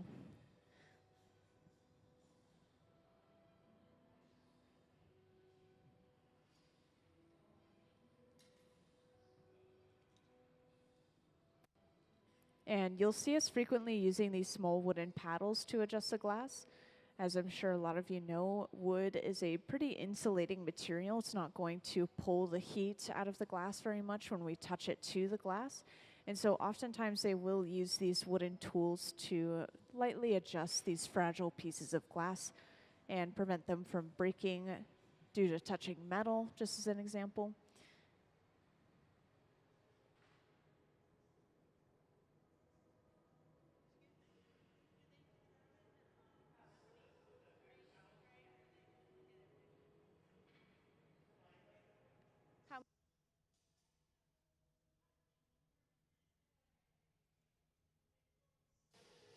Oh yeah, it's definitely visual. So if you were to look up on the screen, you could see that this goblet is pretty much straightened out. They can always tell if there's a little bit of a wobble, maybe in the stem, or if the foot is just a little bit off. The most important things is the foot and the bowl of the goblet being aligned, just so that when you place it on a table, those two pieces are lined up with each other and sitting upright. And now they've just applied a little bit of water to the end of the pipe and then tapped the pipe, and that broke that piece cleanly off. And this is being carried over to the annealer. The annealer, this large black box, will keep it at around 950 degrees Fahrenheit. Then with the press of a button, everything will slowly cool down inside to room temperature at least overnight. This is a pretty long process. So we won't see that piece until tomorrow. And now we do have one more bowl for our goblet, I believe, so we could move on to making another goblet, or we could move on to making some bowls individually. They will always make the bowls ahead of time and then set them aside and keep them warm as they create the stem, just as you saw.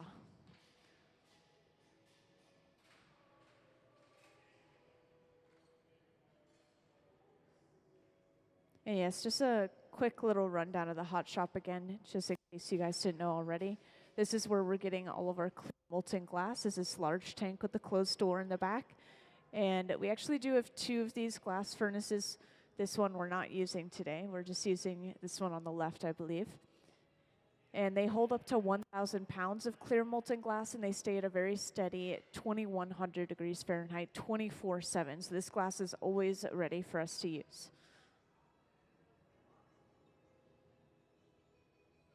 And then, of course, our open face furnaces usually run a little bit warmer, between 21 and 2,300 degrees Fahrenheit.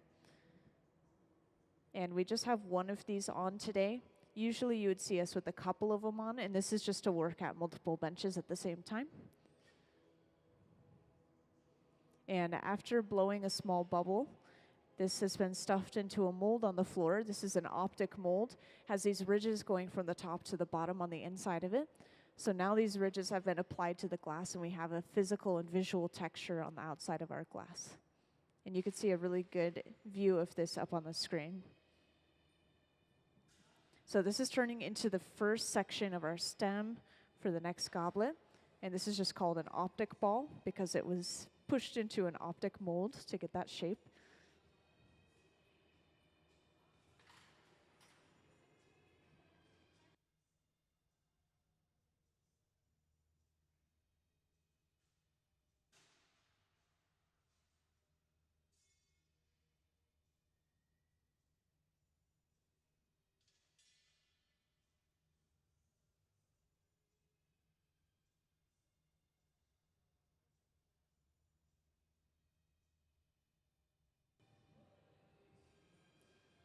And I just missed it, but it looks like they threw that little bit of glass away. So there must have been a small error, or they just weren't happy with the shape of it. But this is just one small section out of the entire stem, so they're able to quickly remake this section. So once again, Gabe has created a small clear bubble, and this is being stuffed into an optic mold on the floor. When we give a puff of air inside of the mold, this is just forcefully pushing that glass into the walls and really getting that pattern and those grooves into the glass.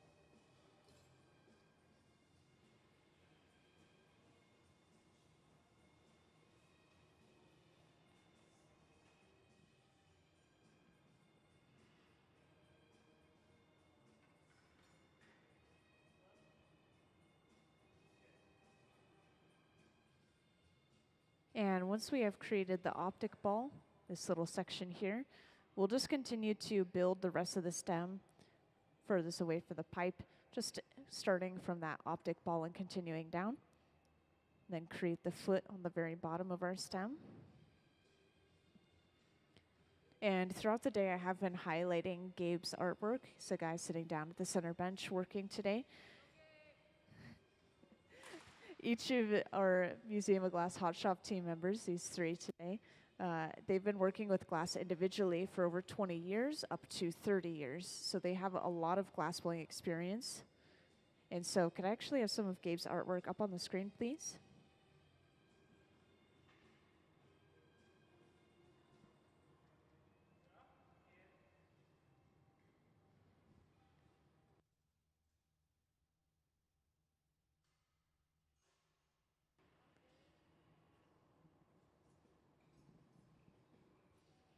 And could I have Gabe's artwork up on the screen, please?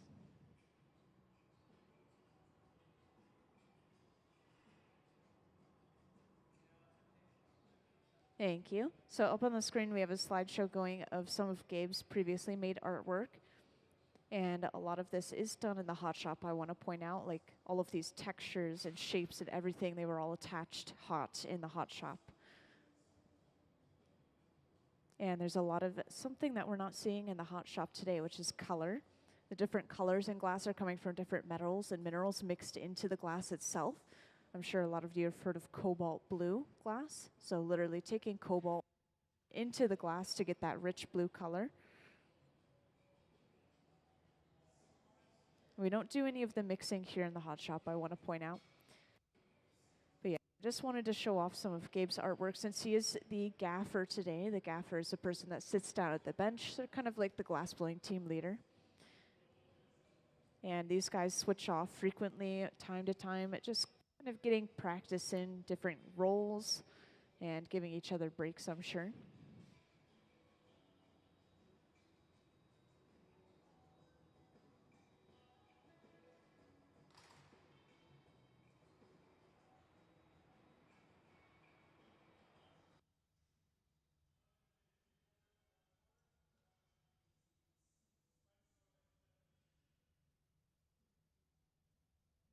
And since I've shown the slideshow, we've attached a small bit of clear to the end of our optic ball.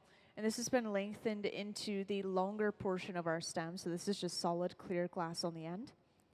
And Gabe is further lengthening this, stretching it out, thinning it out using a pair of diamond shears.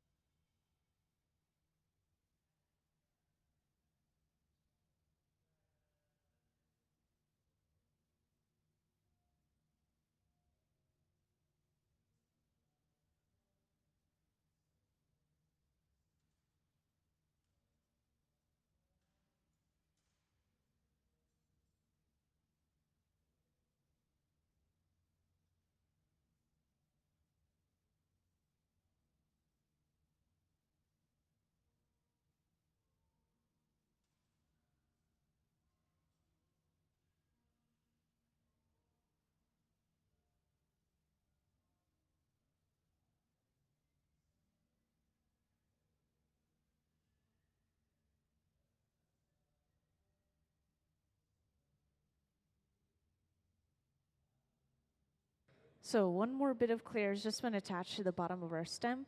And this is just creating a circular platform where we're going to attach the foot of our goblet. And for our foot specifically, this is a blown foot. So we're creating a small clear glass bubble. And this is going to be brought over and then dropped onto that platform, just like we did with the long portion of our stem where we hold the pipe upright and physically drop something onto the end of our piece.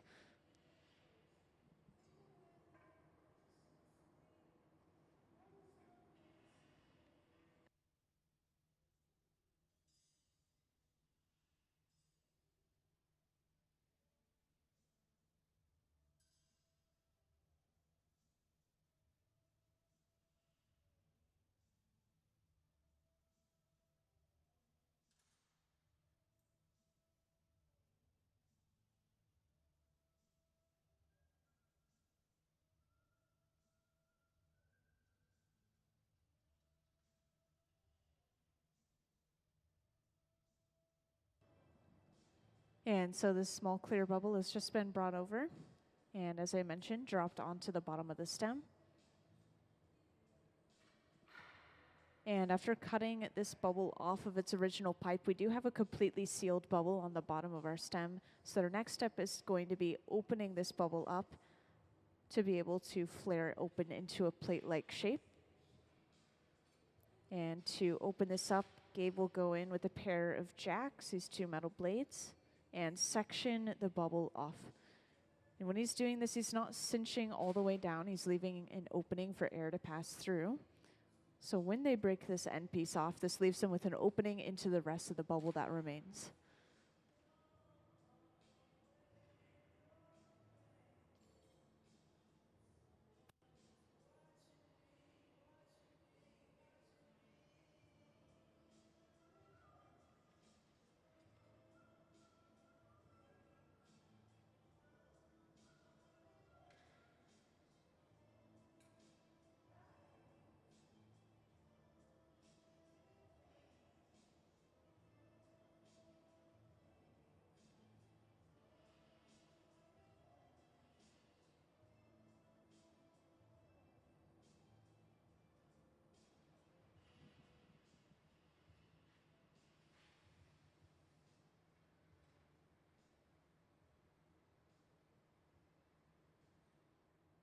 And after heating this glass up one more time, Gabe was able to go in with that same pair of jacks and start to flare this open into that plate-like shape.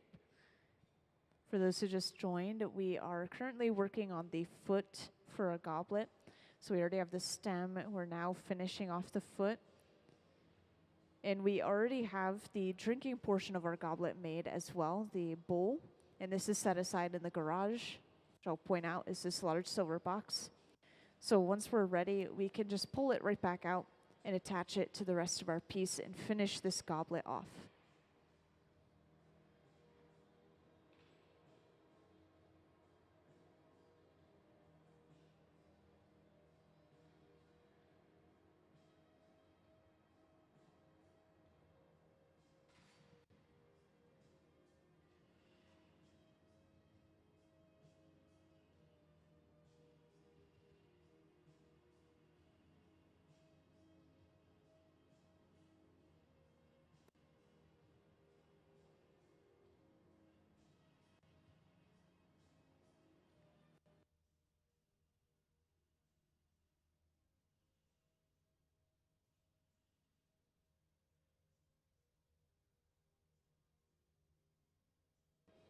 And to make sure that this foot is completely flat, this is going to be sandwiched in between a wooden paddle and that pair of jacks at the same time.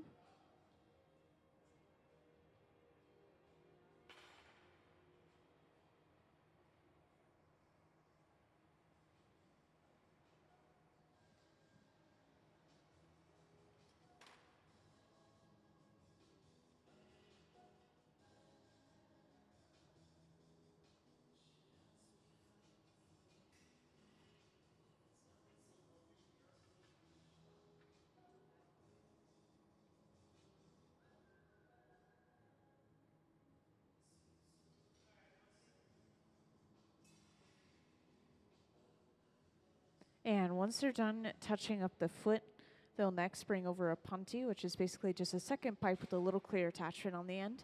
And this is going to be attached right to the center of the bottom of our foot, allowing us to break the stem away from its original pipe.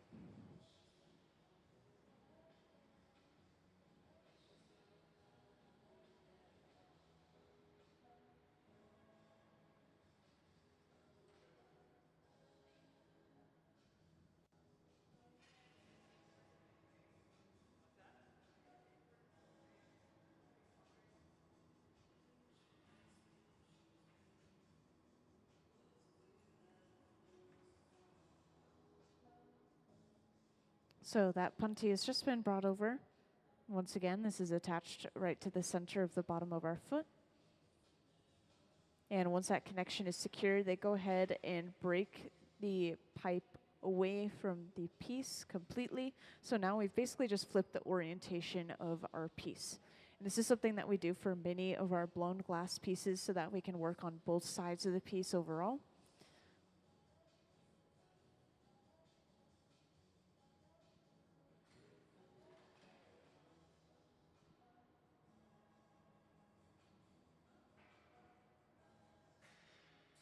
And right here, Gabe isn't trying to shape the glass. He's just lining up the stem with the pipe that's attached to the bottom, just making sure everything is perfectly centered before moving on in the process.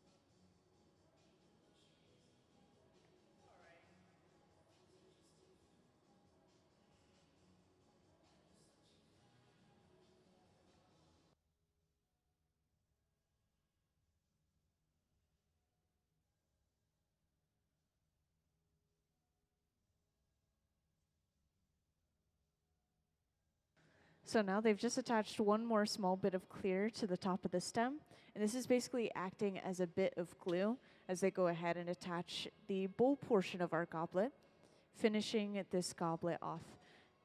And they aren't completely done with this process. From here, they have to make sure that everything is straightened and evened out, and then they can finally put it away. So right now, we're just keeping this glass warm when we're going into the furnace. We're not trying to make it malleable again, just going in long enough to keep it at around 1,000 degrees Fahrenheit.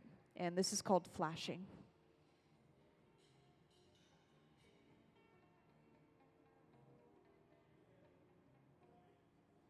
And of course, to adjust this piece of glass, we're using a wooden paddle. Wood is a very insulating material, so when we touch it to the hot glass, it's not going to pull any of that heat out, which could cause thermal shock.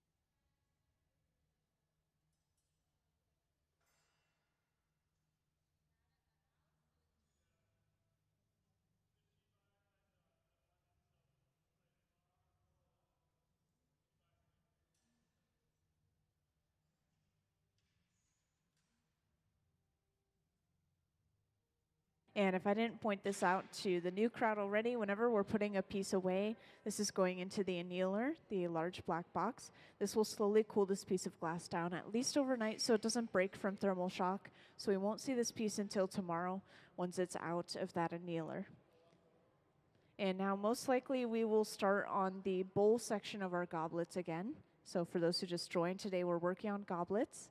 And we have been making quite a few of them already. I would say that they take about 30 minutes each total, creating each individual section and bringing it all together.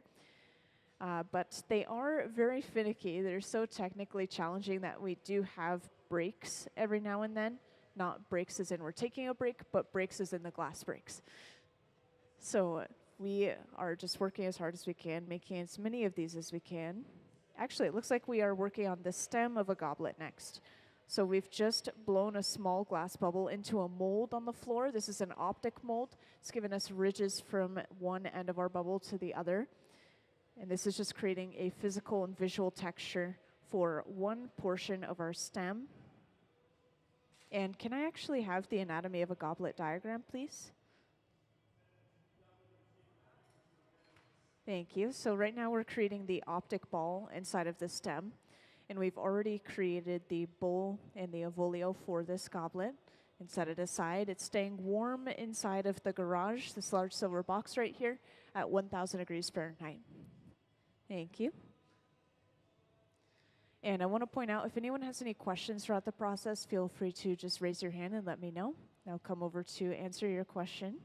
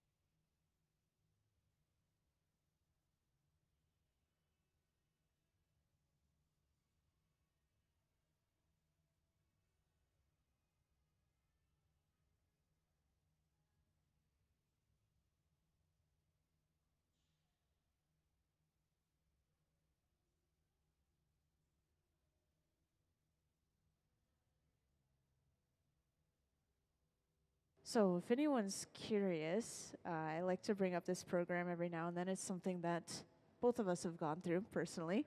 Hilltop Artists, there's a local program where kids 12 and up can blow glass. And so I started when I was 15. You started when you were 17. So it's just a really cool local program. If you know anyone that's interested, spread the word. It's completely free programs through Tacoma Public Schools. And yeah, there's just after school clubs, there's electives during the day. There's so many different options.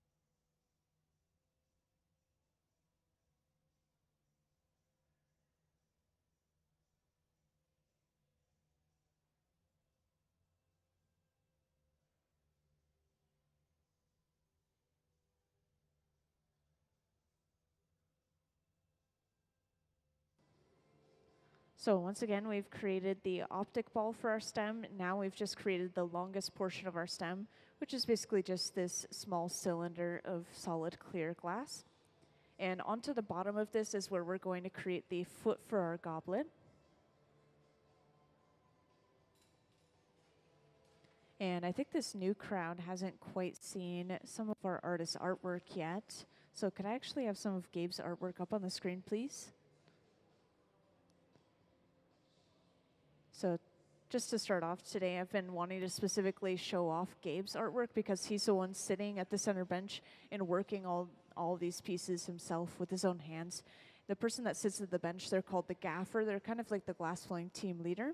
And they do switch off in this hot shop, kind of giving each other breaks and opportunities to try different things. But today it's Gabe, and this is his artwork on the screen. And a lot of this, if not all of it, is done directly in the hot shop. All of these textures, all of these colors, everything is attached in the hot shop. It's really interesting. And if anyone has any questions about any specific textures or colors or anything that they've gotten in the glass, I could probably answer any of those questions.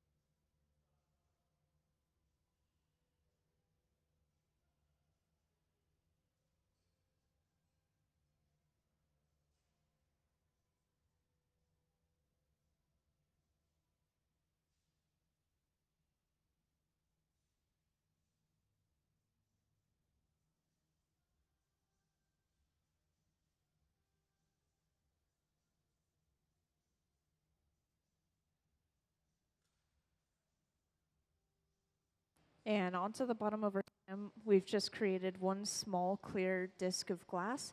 And this is where we're going to drop one more small clear bubble, which Ben is preparing up in the front. And this is going to create a blown foot.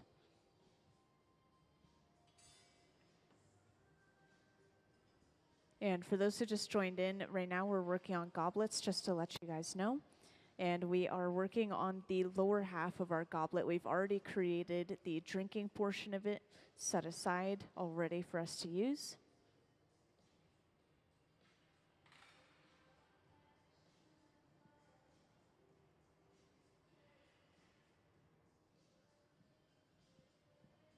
So next, this bubble is brought over and directly dropped onto the bottom of the stem. And this bubble is cut off, which is creating a completely sealed bubble. And so to be able to open this up into our foot, we do have to open this bubble up in general. You'll see how Gabe does that at the bench in just a moment. So to open this up, he goes in with a pair of jacks, these two metal blades, and he's sectioning the bubble off right here. It's kind of hard to see, but he's not cinching all the way down. He's leaving an opening in between where air can pass through. So when they break this end piece off, this leaves them with an opening into the bubble left behind.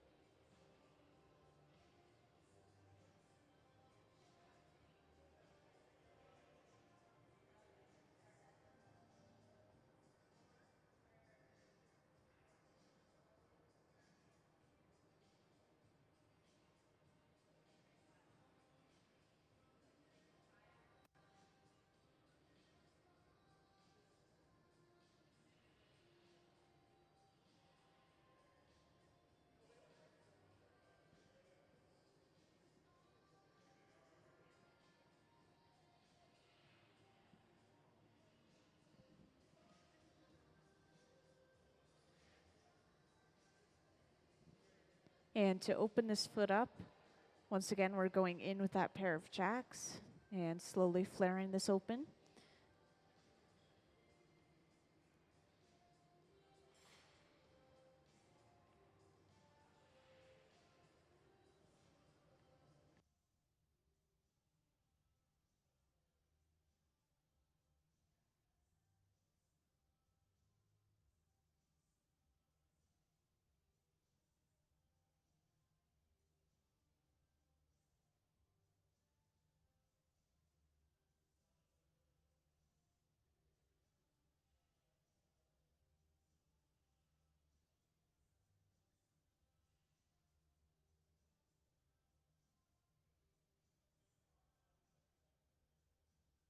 And now that this has been flared open, we will sandwich it between the jacks and a wooden paddle at the same time, making sure that this foot is even and flat. And once that is complete, we have all of the physical parts of our goblet created. We just need to get ready to attach the bowl and the stem together.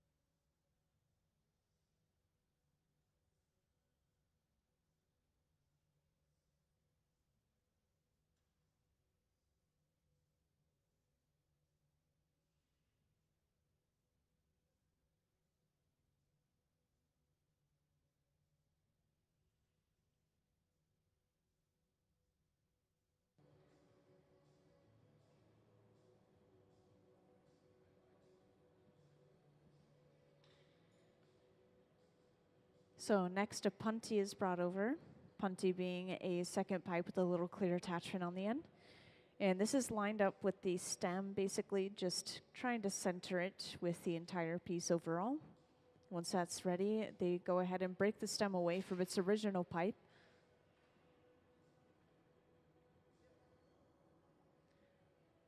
And from here, now that we have access to the top of our stem, we're just going to heat everything up, make sure everything stays warm at around 1000 degrees Fahrenheit. We'll attach a small bit of clear to the very top of our stem. And this is going to act as a glue as we bring over the top of our goblet and attach everything together.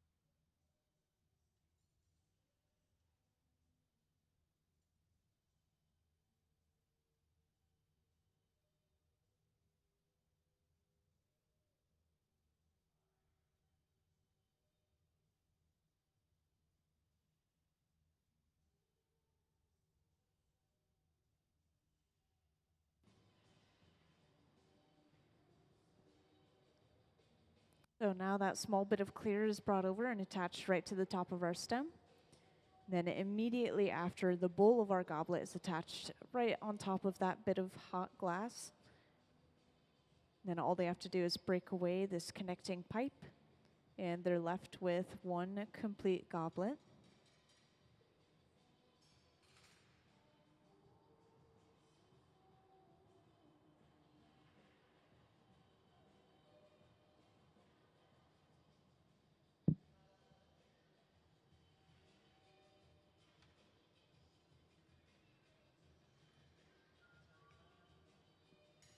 And just to make sure that this goblet is completely straightened and evened out, they have a paddle on both the bottom of the foot and the top of the goblet in general, kind of sandwiching everything together.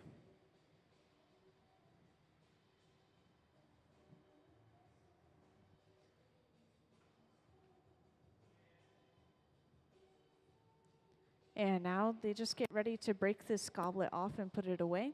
And this is going to include just putting a little bit of water at that connecting point right at the end of the pipe.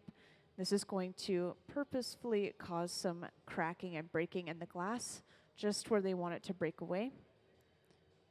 And then finally, to fully break it off, they'll go ahead and tap the pipe, just as they've been doing throughout this process.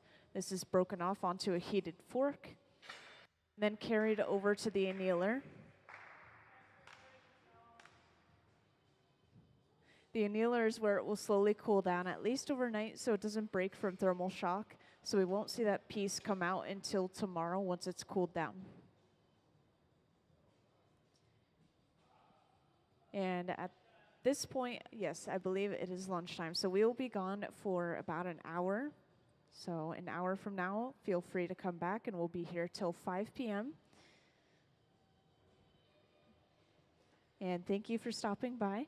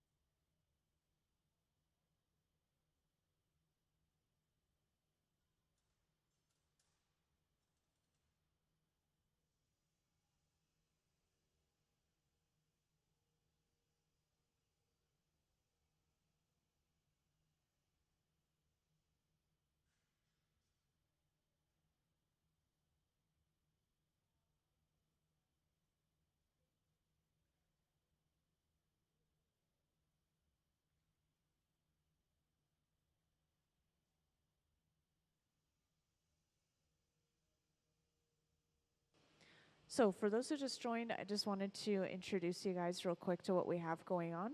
So today our hot shop is making some goblets. And so at the center bench we have Gabe who's working on this goblet, and he's just finishing up the bowl, which is the drinking section of the goblet. And he's opened the goblet up, and he's able to trim off a little bit of excess glass around the opening of the piece. This is just getting rid of some thickness and maybe some unevenness that remained from breaking it off from its original pipe.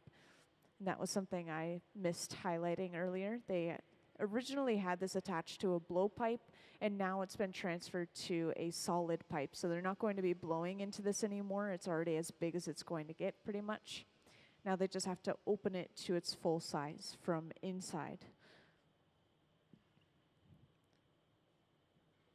And we will probably be making one, if not more, of these bowls before moving on to creating the stem of the goblets and starting to assemble all of these individual goblets together, finishing them off.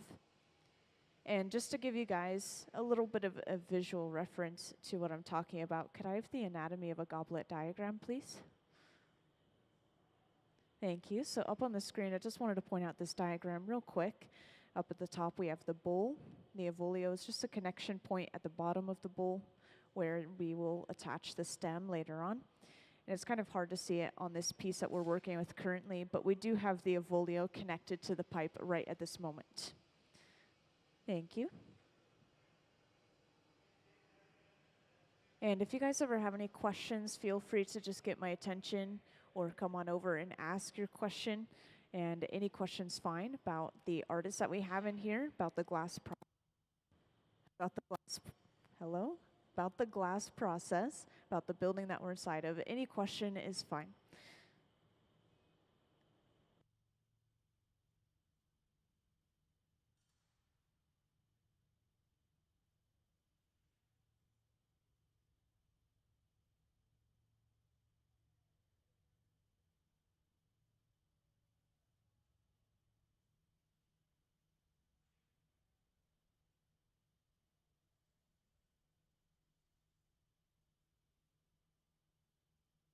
Yes, I should point out that all of our Museum of Glass Hot Shop team members, these guys work here pretty much full time as glass blowers in the museum, and they all have over 20 years of glass blowing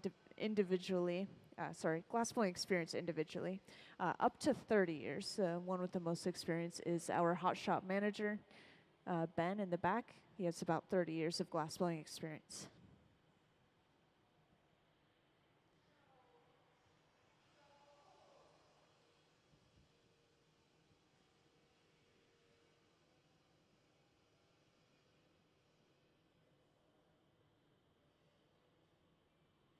And it's looking like we just finished off this bowl, so they're getting ready to break it off, cutting at that connection point with a pair of shears.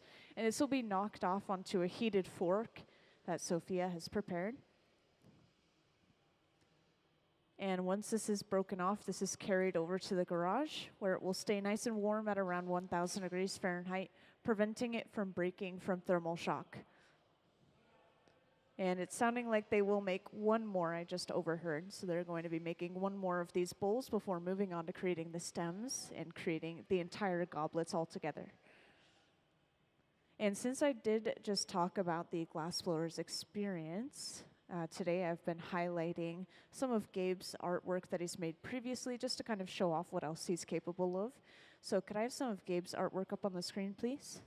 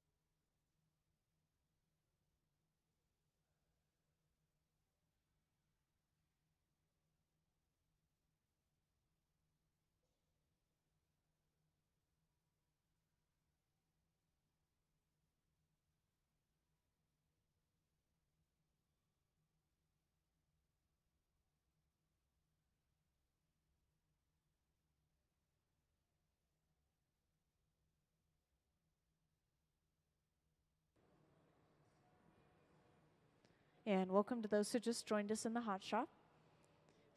Today, our Museum of Glass hot shop team members are working on making some goblets.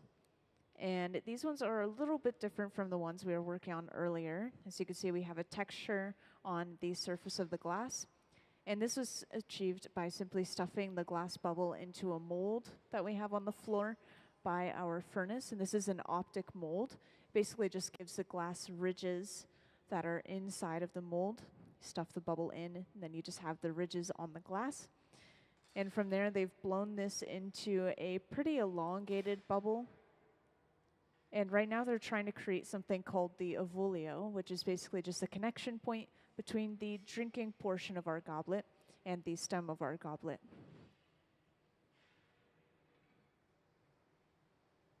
And we do have one goblet out on display, which you could look to as a visual reference, but this isn't exactly the exact same shape, size, color, everything that we're making. We are just working with clear today, I'll point out as well.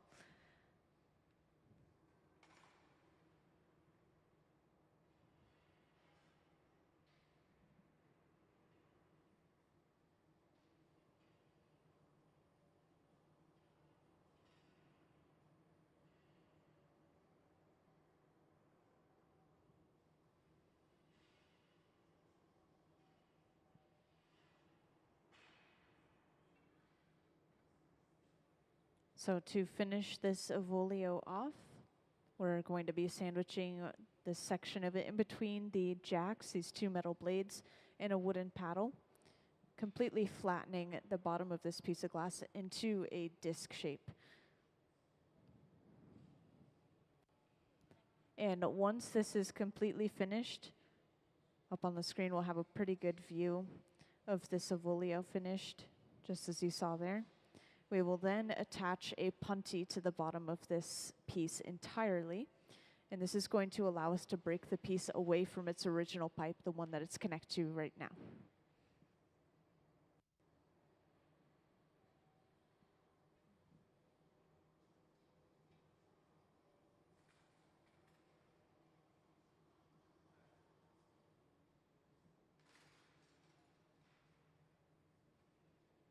So the punty has just been brought over, the punty being a second pipe with a little clear attachment on the end. And once again, this is attached just right to the center of the bottom of our piece. This is something that you'll see us do with many of our glass pieces. This is giving us access to the other side of the piece. So now from here, we have an opening in the top of this bubble. We'll be able to start opening this up and forming it into a cup shape, or the bowl of our goblet.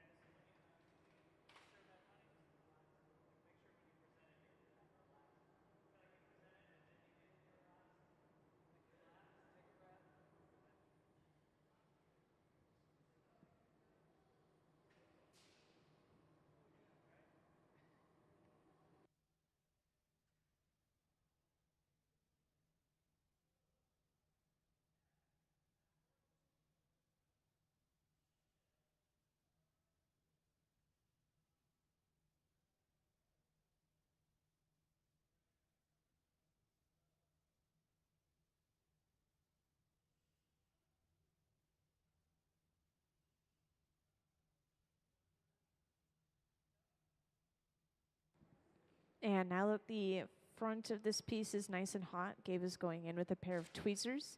And he's pinched and pulled the opening away from the rest of the piece. While this is still hot, he goes in with a pair of shears and trims all of that excess glass off. It may have been hard for you guys to tell, but whenever we break a piece off from its original pipe, that connecting area usually has a little bit of thicker glass as well as an uneven break. Nothing usually breaks off perfectly even. So this is just getting rid of any unevenness and any excess glass that we had. And now that we have trimmed that glass off, we'll be able to start going in and fully opening this up with a pair of jacks, just as Gabe is doing right here.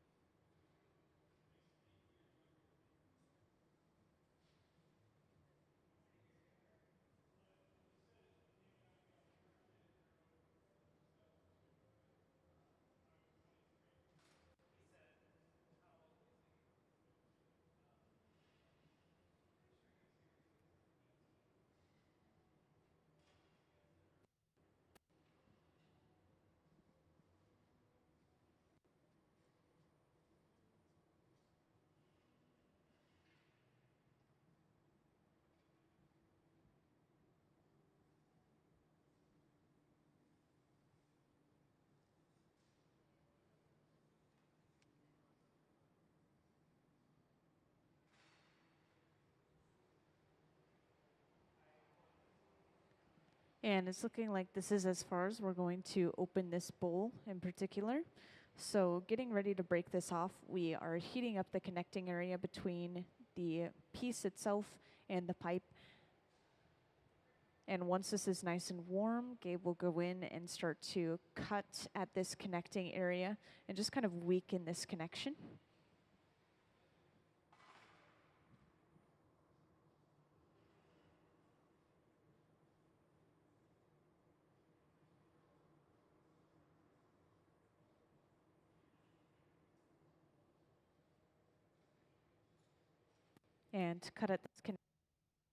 And to cut at this connection, we're going in with a pair of shears. This is being knocked off onto a heated fork. This is going to carry it over to the garage, this large silver box right here. And all of the bowls that we've created so far are resting inside of here, just staying warm at around 1,000 degrees Fahrenheit. And this is preventing them from breaking from thermal shock. So once we start creating the stems, we'll be able to just pull these out individually and start attaching them to the top of the stems as we continue on. And now I believe we will start creating those stems.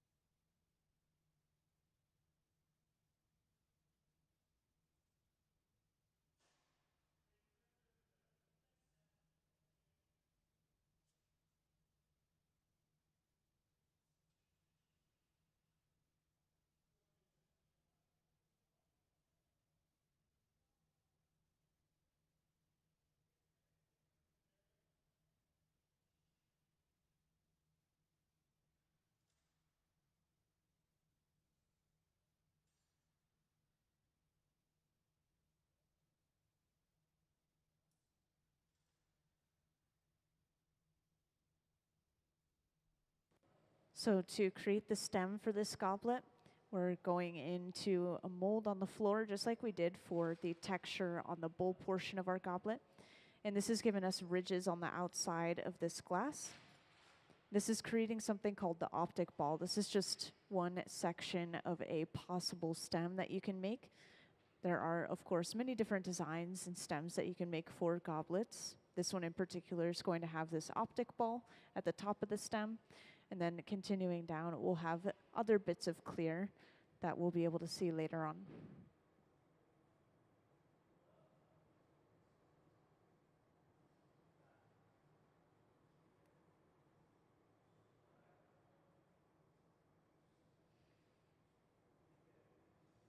So once we have this optic ball, we'll be able to continue to build the stem going away from the pipe all the way to creating our foot.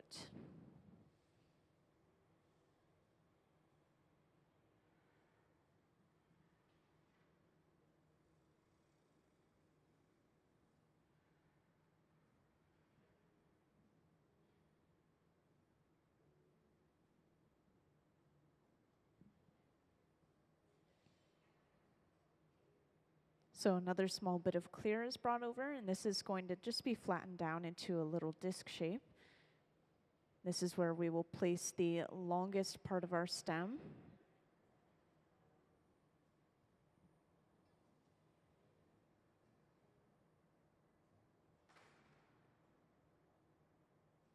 And usually in between adding details to our glass, you'll see the artist going into the furnace for a few seconds, just like Gabe is doing right here.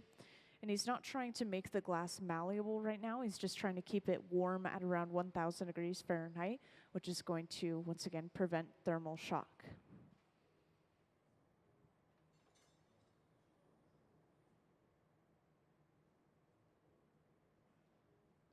And it looks like we've just brought over another bit of clear. And as you can see, this has been elongated quite a bit before it has even been brought over. This is dropped onto that disc we created. And once again, this is the longest portion of our stem. It will be further lengthened as Gabe continues to work with it.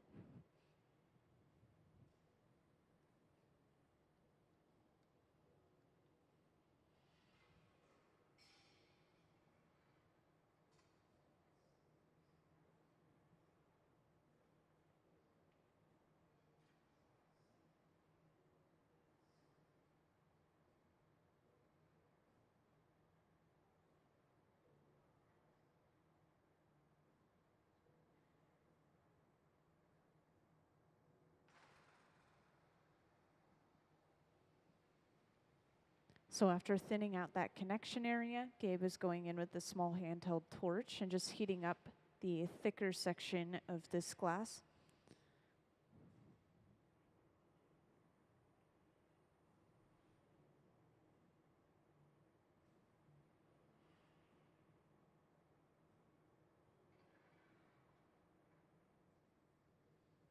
And then to be able to lengthen this glass, Gabe is going in with a pair of diamond shears. And these diamond shears, they come together to create that diamond shape in the middle of the blades. And this is allowing him to hold onto the glass as if it were a handle and continue to stretch that glass out.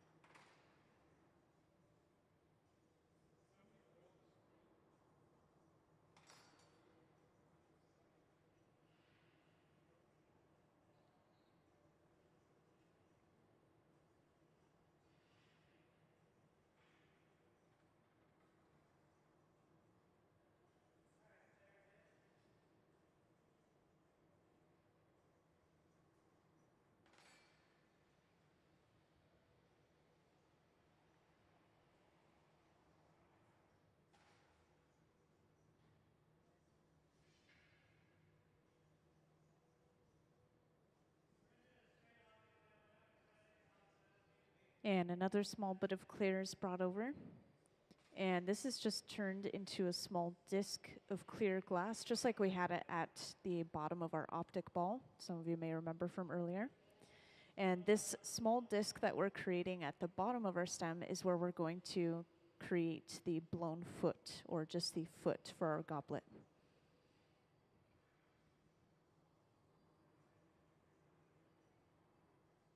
So in order to get a perfectly round and even shape, this is sandwiched in between the two metal blades, a jacks and a wooden paddle at the same time.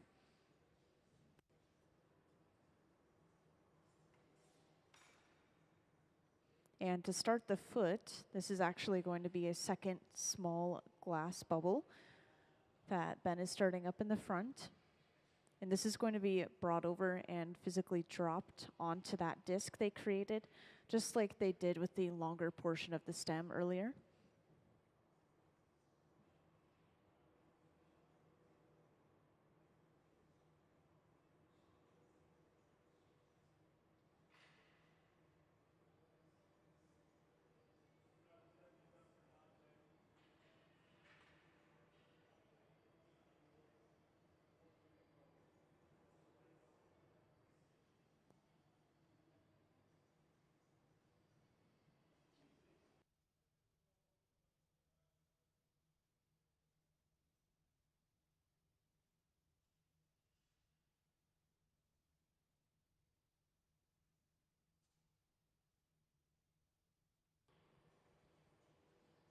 And it looks like for this foot in particular, this bubble has also been stuffed into that same mold on the floor. So now we'll have this same ridged texture on the bowl portion of our goblet, the drinking portion, as well as the optic ball at the top of the stem. And now also the foot of the goblet is going to have these ridges on the glass.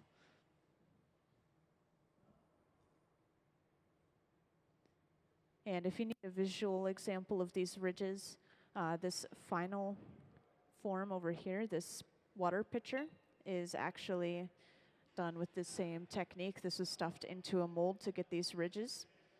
And this is creating a visual and a physical texture, so you can actually feel the ridges with your fingers as well as see them.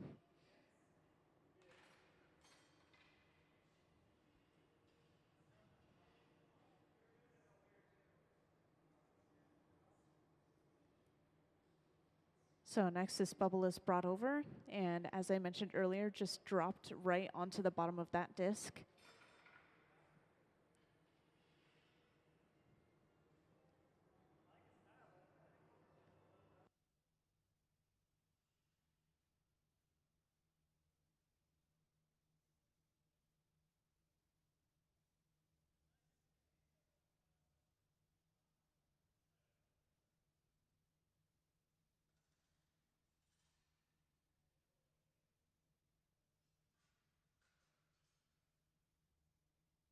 And to open this bubble up, as you can see, it has been sectioned off. Then breaking off that end section is just leaving them with a small opening into the bottom of the bubble. So from here, all they have to do is heat up this small section, just this bubble individually, and they'll be able to start flaring it open, opening it up almost like a plate. And if I didn't mention it already to you guys, goblets are actually one of the most technically challenging things you can make out of glass, if you haven't been able to visually see already. There's just so many small components, small pieces of glass in general, coming together to form one larger object. If you were to get this piece of glass too warm inside of the furnace, you would lose control. It'd go off center, it might kind of kink itself. And if it's too cold, the glass will break from thermal shock. So you have to balance the heat. You have to work very quickly to make sure that it doesn't get too cold or too warm.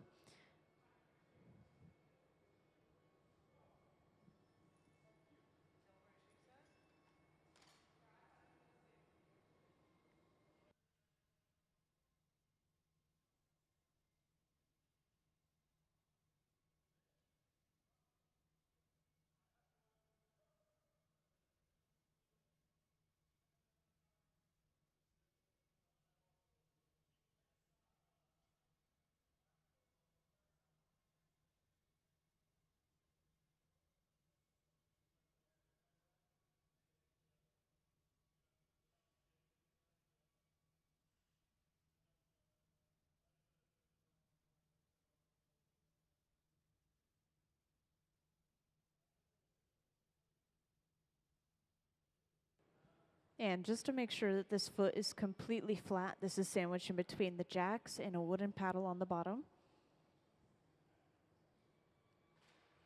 And now our stem and our foot are pretty much complete. As you'll notice, the top of our stem is still attached to our pipe. This is where we need to connect the bowl of our goblet. So what we have to do is we're going to attach a pipe to the bottom of this foot, and this is going to allow us to break the stem away completely from this pipe that it's attached to now.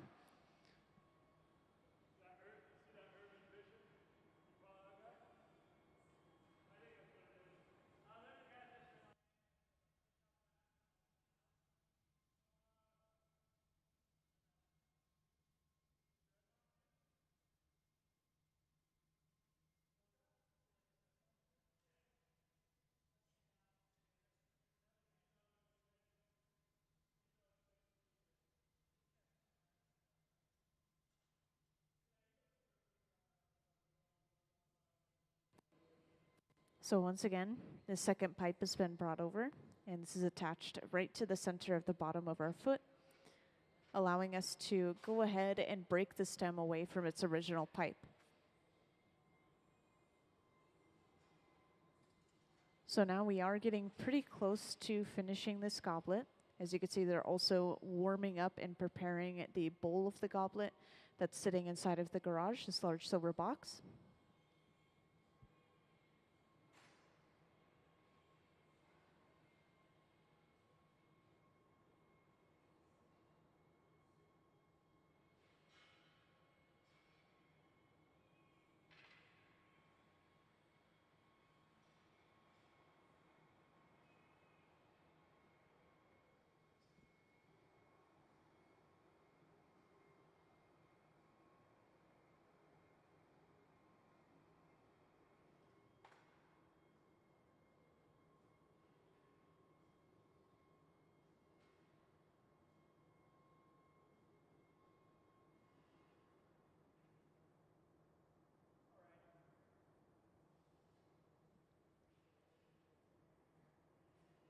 And this final step is pretty fast. After heating this glass up, just making sure that everything is remaining at around 1000 degrees Fahrenheit. Small bit of clear is brought over and placed directly on top of the optic ball or the top of the stem. And immediately after that, the bowl is attached right on top of that bit of hot glass. And this is basically acting as glue, just keeping these two pieces together. And the secondary pipe is broken away, leaving us with one completely assembled goblet. From here, they just have to make sure everything is lined up and straightened out before getting ready to break this piece off and put it away.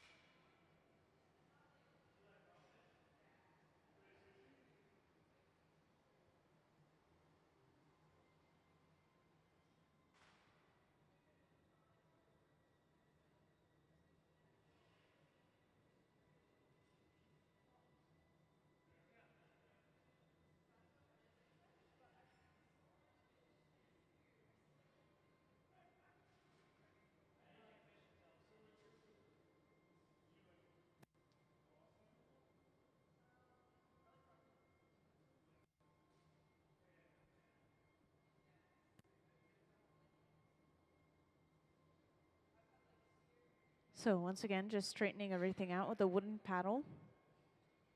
And to break this piece off, they apply a little bit of water to the end of our pipe. And then all they have to do is tap the pipe, and that should break this off cleanly onto this heated fork. And then finally, it's carried over to the annealer. Looks like that connection was a little secure. So they're just going to heat it up and try that again, applying some water and then tapping the pipe.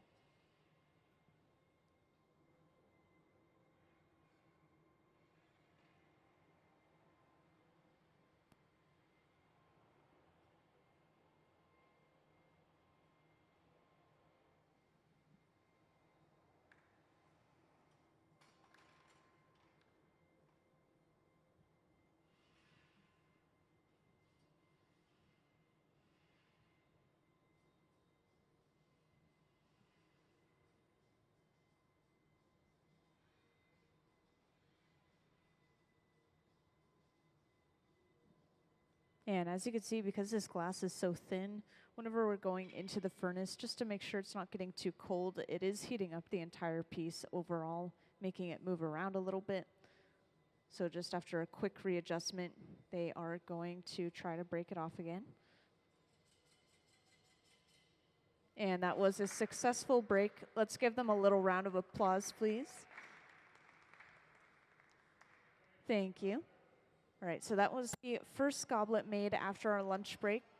And this is in the annealer. It's going to slowly cool down inside of this box, at least overnight, so it doesn't break from thermal shock. So we won't see this piece until tomorrow.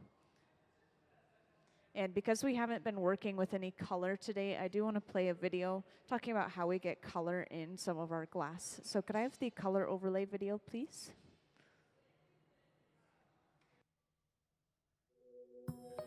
The color in glass comes from adding various materials to the mixture of raw ingredients called batch. Most of the colorants are compounds containing some kind of metal. For example, adding cobalt to clear glass creates a deep blue. Tin and antimony can be used to create white glass, and gold chloride can produce a rich red or pink colored glass. Colored glass is melted in furnaces, just like clear glass, and then is usually rolled into bars for storage and easy application. In order to apply color bar to a bubble, we first need to preheat the color to approximately 950 or 1000 degrees Fahrenheit in a color oven or garage. Once warm, the color is then picked up on the end of a punty rod using a little bit of clear glass as a support. The color is then heated in the 2300 degree glory hole to soften it and make it malleable, while another artist creates a small bubble of clear glass on a blowpipe. Once warm, the color is dropped over the clear bubble, and then using a variety of hand tools or the steel marver, the color is rolled back over the clear in an even layer. This process is called dropping color, or creating a color overlay. Depending on the project, that bubble is then usually gathered over with clear glass and blown into the final form.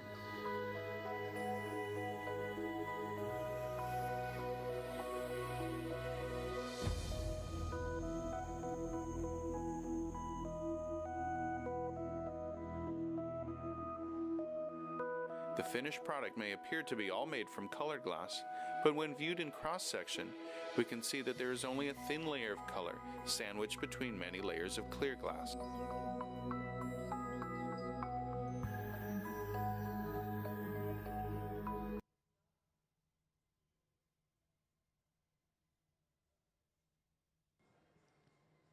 So for those who just joined, as you saw earlier, we are creating goblets all day today. And this will be the second goblet of this same kind that you saw earlier. A lot of these are going to have texture across the glass. And we're just starting on this stem for this goblet. So this is the first section to a basic stem. This is the optic ball. And this is a small blown glass ball that they've stuffed into an optic mold, hence the name optic ball, sorry. And this is just giving us ridges across the surface of the glass. And from here, we'll just continue to build the stem downward, going away from the pipe all the way to the foot of the goblet. And then just like you saw earlier, we already have the bowls of the goblet created, the drinking portion, and these are set aside in the garage, just staying nice and warm inside of this large metal box at around 1000 degrees Fahrenheit. So whenever we're going into that box and putting something in there, it's just to keep it warm and prevent it from breaking. And if anyone has any questions throughout the process, feel free to just raise your hand and let me know. I'll come right over.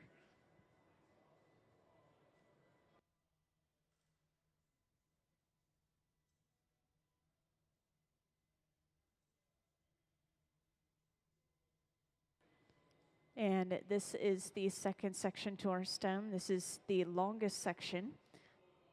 Small bit of clear glass has been brought over and is being dropped onto the bottom of this optic ball.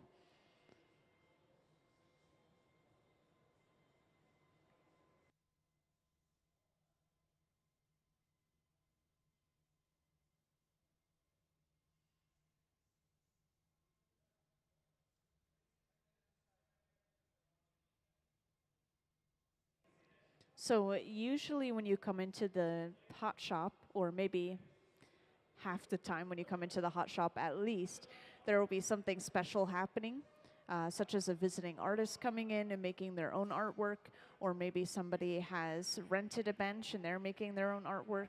Sometimes when you come in, they'll be making items for the store, which is what they usually do when they don't have guest artists. So for example, this annealer on the left, this is filled with what they made yesterday, which are some water pitchers for the store. But today, these goblets are just kind of practice. They just decided to do it, I assume, on a whim.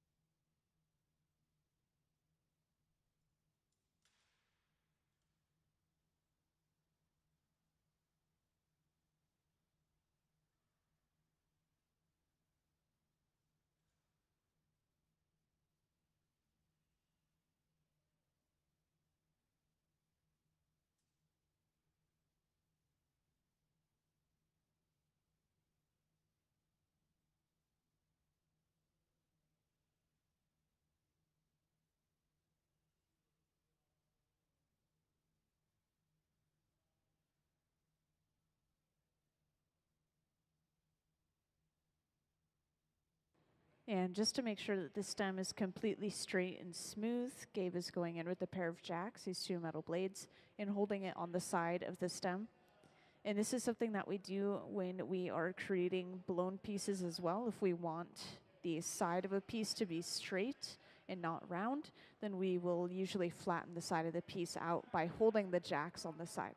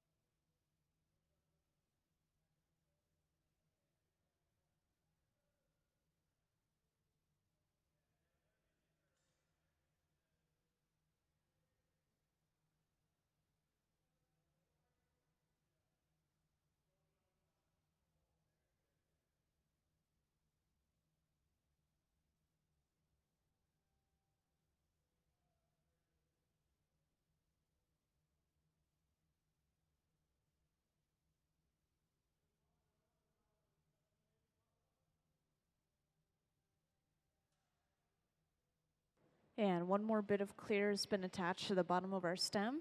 And this is just going to be flattened into a disc, and this disc will act as a platform for us to create the foot for our goblet.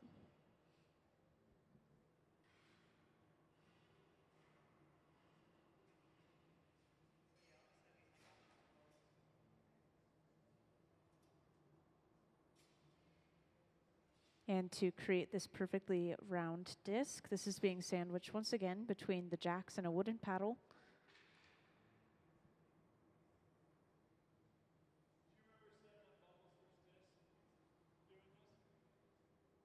And to create the foot, a second small clear bubble is being created by Ben in the front. This will be brought over and then dropped onto this little platform they've created.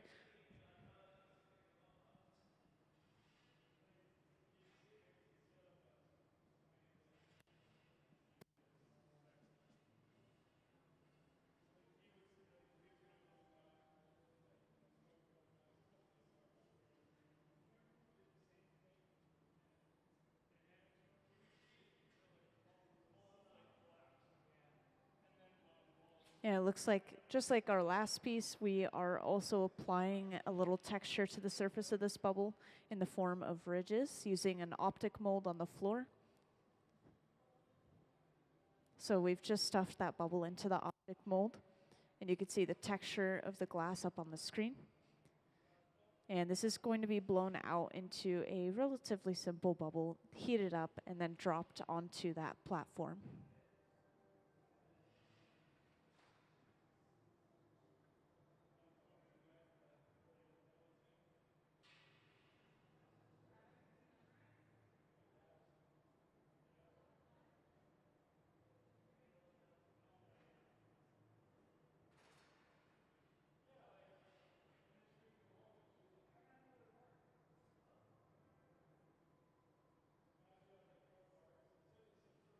So that bubble has just been dropped onto the bottom of our stem.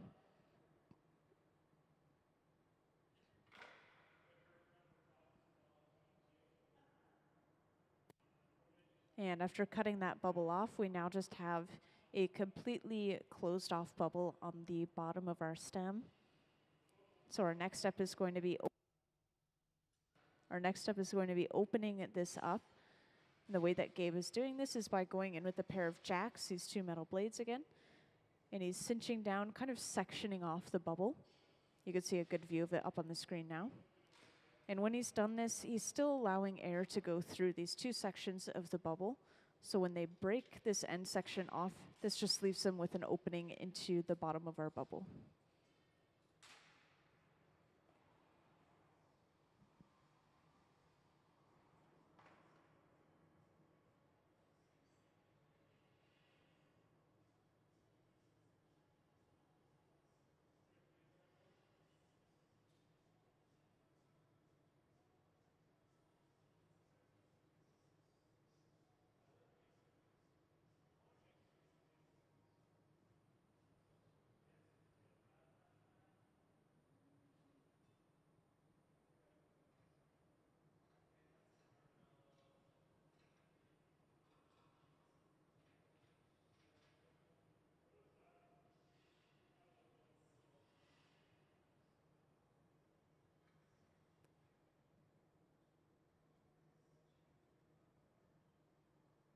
And from that opening, Gabe is able to go in and start to flare this out.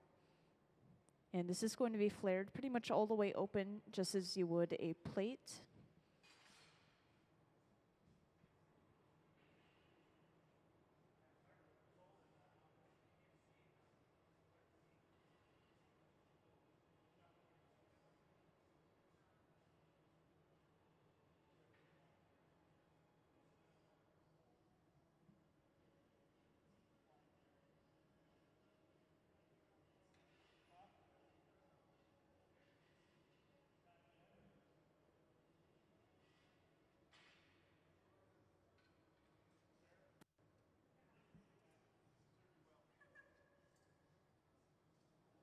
And just to make sure this foot is completely flat, once again, this is sandwiched between the jacks and a wooden paddle.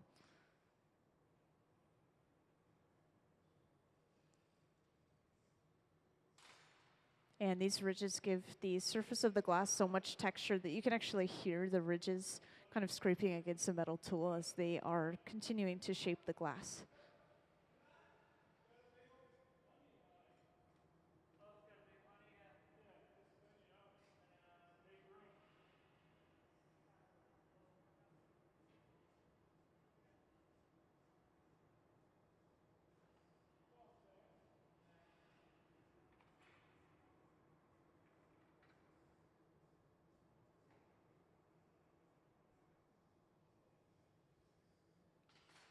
And so now we need access to the top of the stem. So just like earlier, we are going to bring over a punty, which is just a second pipe with a little clear attachment on the end, and attach it right to the center of the bottom of our foot. And this is going to allow us to break the stem away from its original pipe completely, giving us access to the top of the stem where we will place the bowl of our goblet.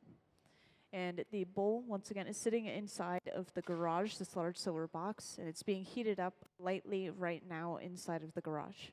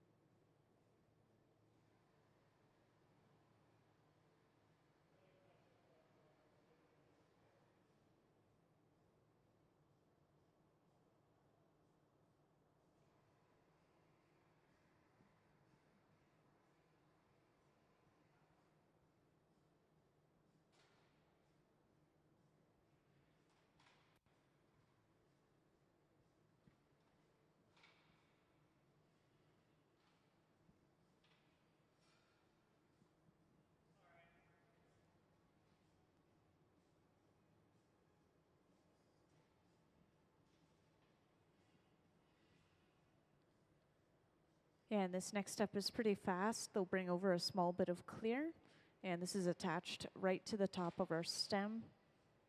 Just a very small bit of that clear. And this is going to act as a glue as they go ahead and attach the bowl of our goblet right on top. So now we have these two parts of our goblet completely assembled together, creating one complete goblet.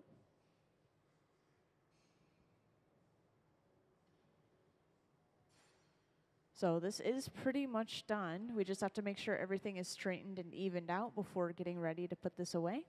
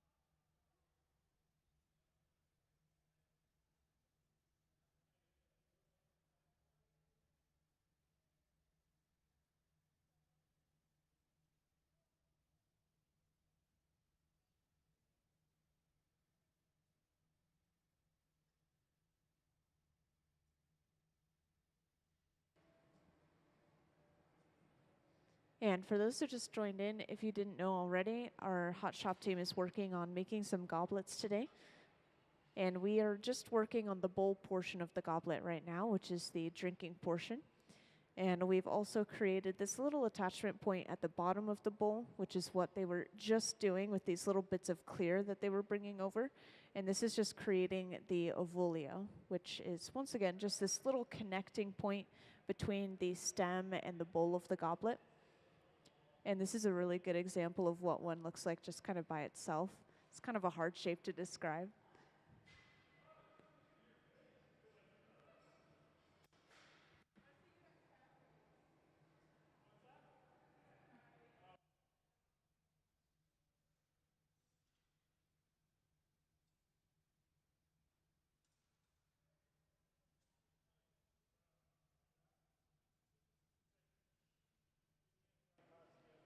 And after creating the ovulio, we will next bring over a punty, which Sophia has right here. This is just a second pipe with a little clear attachment on the end.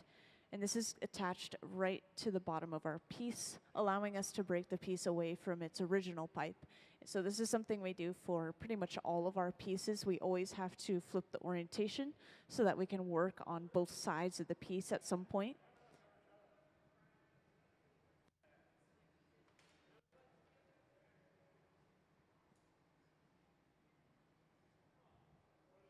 So here that punty is brought over and attached right to the center of the bottom of the ovulio. We have a good view of that up on the screen now.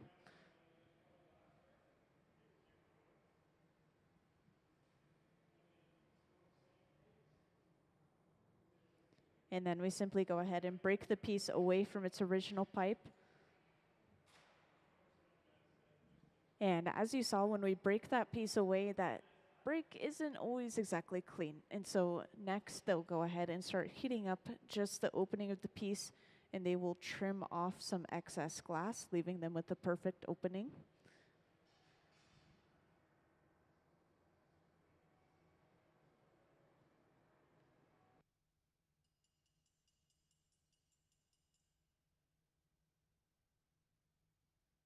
And if you were wondering why Gabe was tapping on the glass, there was probably just a little particle stuck inside of the glass, and we want to get that out before heating it up inside of the furnace. So when we do heat it up in the furnace, that particle will become permanently stuck to the inside of the glass.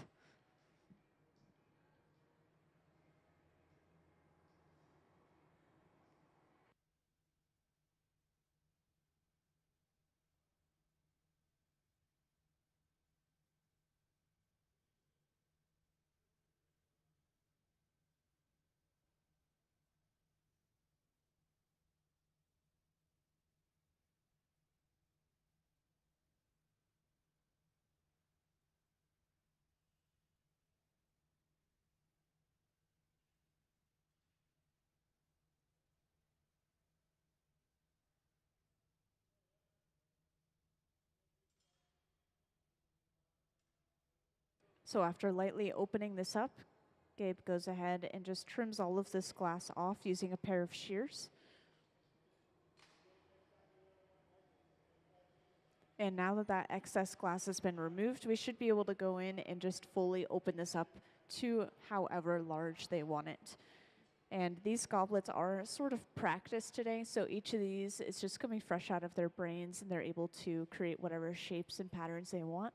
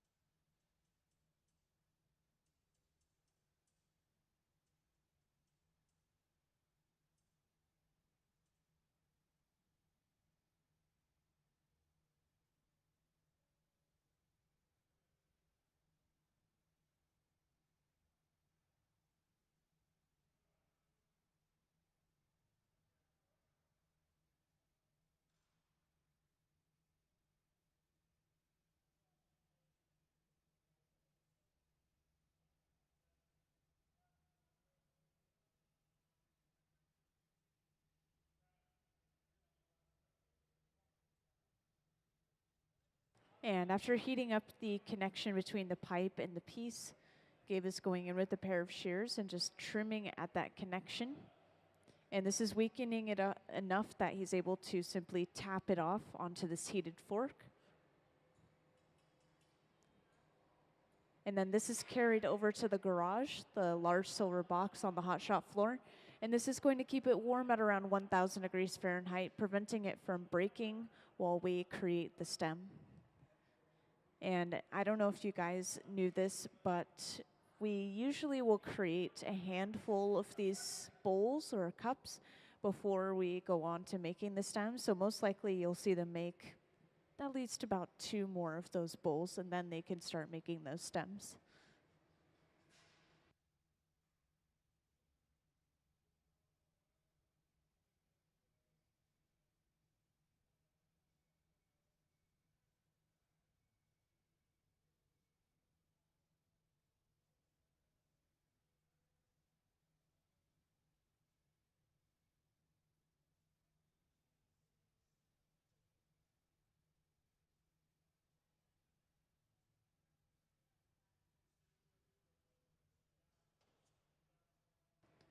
Well, the Museum of Glass Hot Shop team members that we have here, the 3 main ones for this way, they have over 20 years of glassblowing experience individually. We do have one more team member that's not on the hot shop floor currently. He also has over 20 years of glassblowing experience. And the person with the most glassblowing experience has about 30 years, and that's Ben. And he's the tall one up near us with the hat on. And whenever I've looked at things online like job postings for glassblowing, honestly, I usually see 10 years experience required. So maybe about 10 years.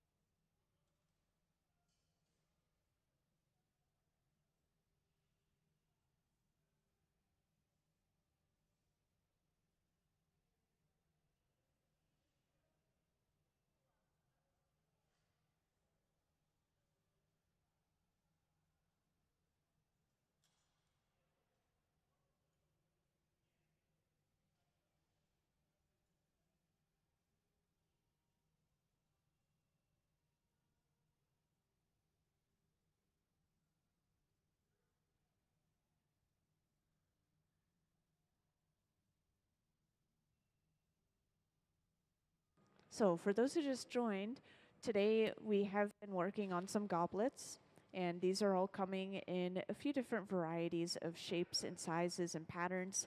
We are working with just clear today. Right now we're working on the bowl of a goblet. This is the drinking portion of the goblet. We've just broken this bubble away from its original pipe, and this is giving us access to the other side of the piece as well as an opening into the top of our bowl. So from here, we'll be able to go in, start fully opening this up into this nice straight shape, possibly. They can open it up and flare it out even if they wanted to. And each of these bowls, after they're made, are set aside in the garage, this large silver box. So whenever you see us putting something in here, this is just keeping that piece of glass warm at around 1,000 degrees Fahrenheit. And yes, that's warm for glass. 1,000 degrees Fahrenheit is not hot enough to melt or change the shape of the glass. It's also not cold enough to let it crack or break. And the furnaces themselves run between 21 and 2,300 degrees Fahrenheit. Pretty warm.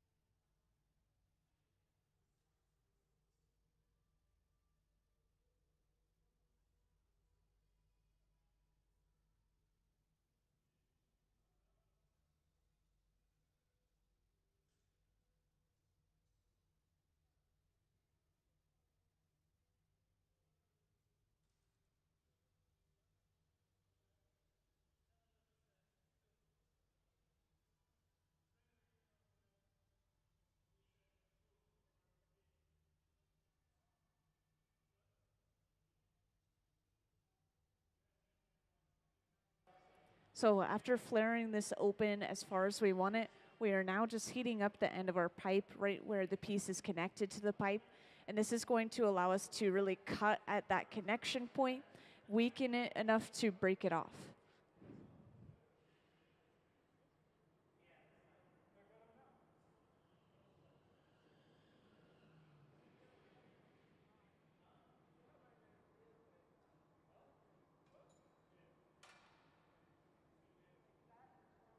And to cut at the connection point, we're cutting with a pair of shears.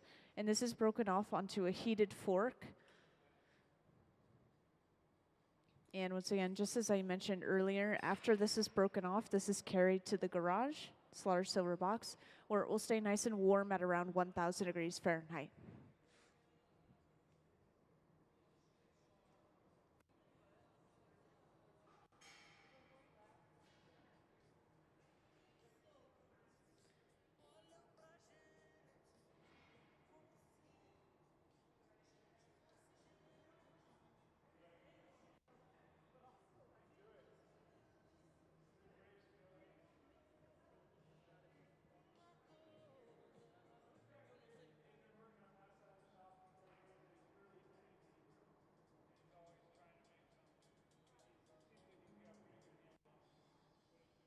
So this is how all of our projects are starting, is with a small clear bubble of glass on the end of our hollow pipe. And this metal table that we're rolling the glass on, this is the Marver. We have these throughout the hot shop, as I'm sure you see.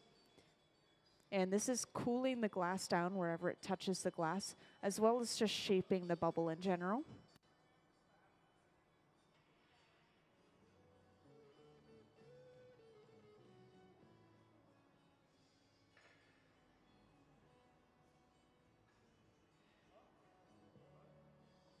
And after heating this bubble up one more time, this is stuffed into a mold on the floor.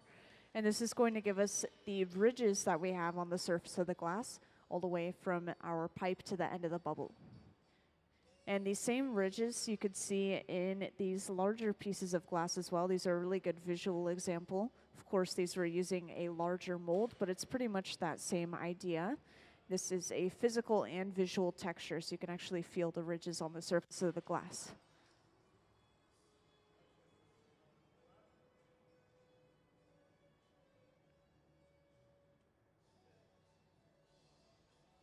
So at the center bench, it looks like we are making another bowl section of our goblet, the drinking section. So this is how they all start. This divot that we just created near the pipe is called the jack line. This is where we break the piece off of the pipe later on.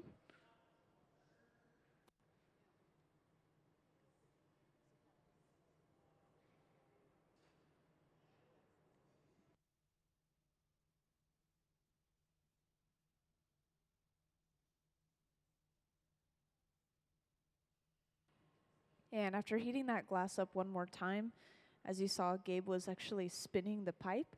And this is creating something called centrifugal force, the outward pulling force from that spinning.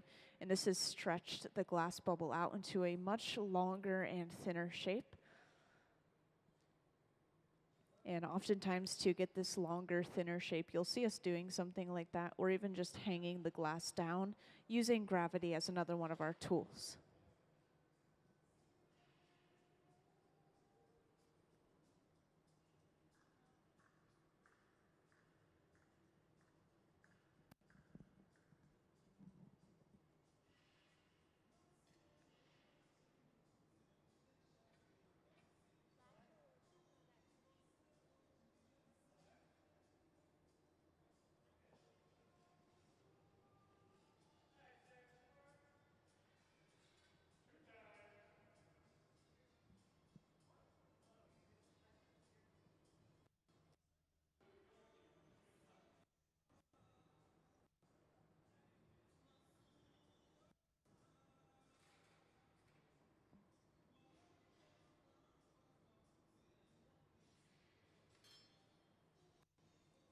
And next, a small bit of clear is brought over, and this is placed right onto the bottom of our bubble.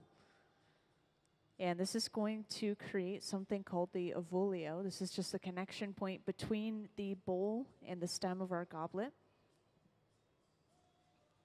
And it looks like this is part one of two. Sometimes they make the entire avolio out of one bit of clear. Sometimes they'll attach two together, just as they are about to right now.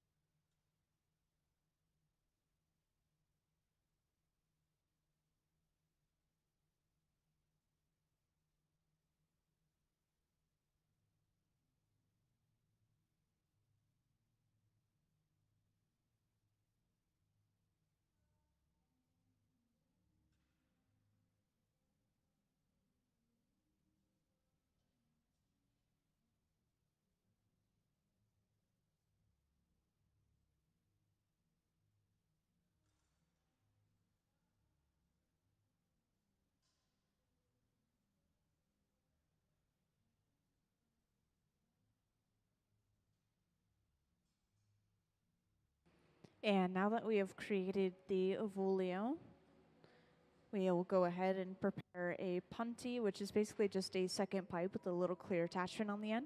So Sophia has that at the center bench right now. And this will be attached right to the center of the bottom of that ovolio.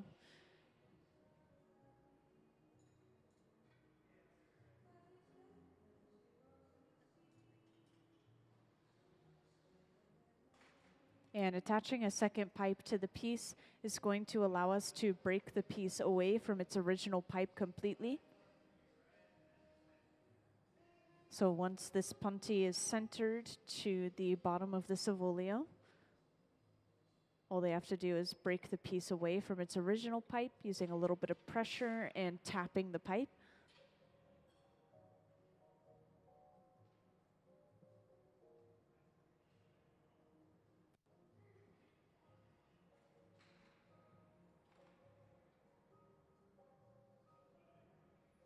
And now we've basically flipped the orientation of the piece, as you can see, and we now have an opening into the top of our bowl.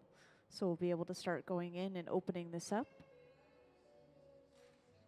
And I think this is about where you joined in for the last one. And I think this is the third bowl in a row that we're creating. Can't remember exactly, but I think about the third. And that means that we will most likely move on to making the stems of the goblets pretty soon and assembling all these pieces together.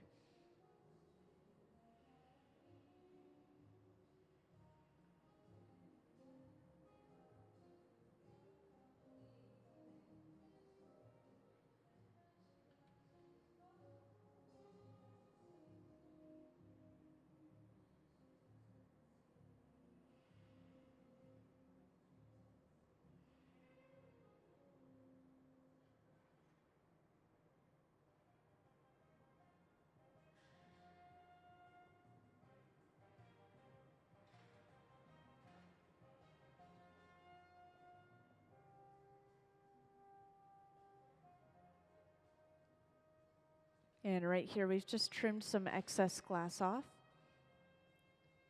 Just getting rid of any unevenness and any thick glass that remains.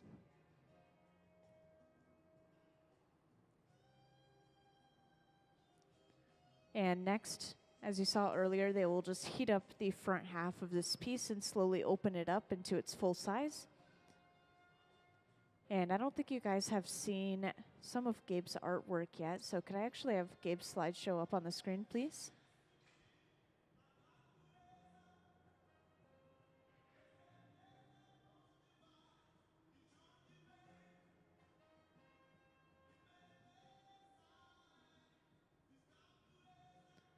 Could I have some of Gabe's artwork up on the screen, please?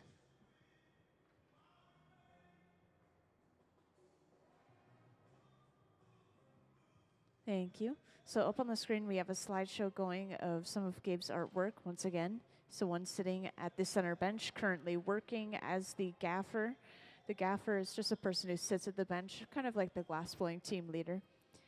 And they do switch off very frequently in this hot shop, kind of giving each other practice and experience and breaks.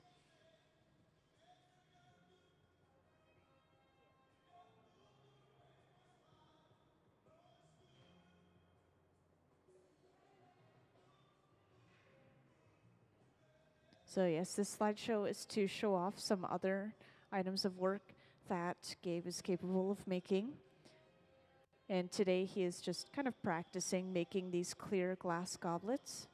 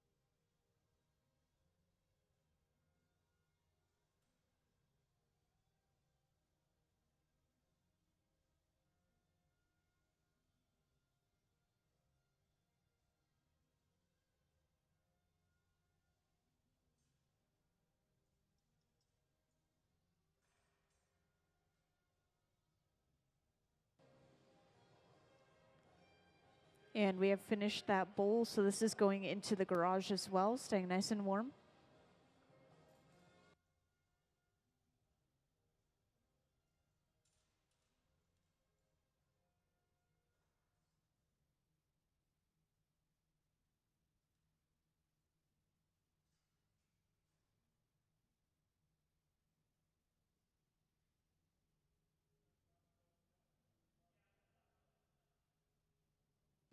And it looks like now we are moving on to creating a stem for one of these bowls.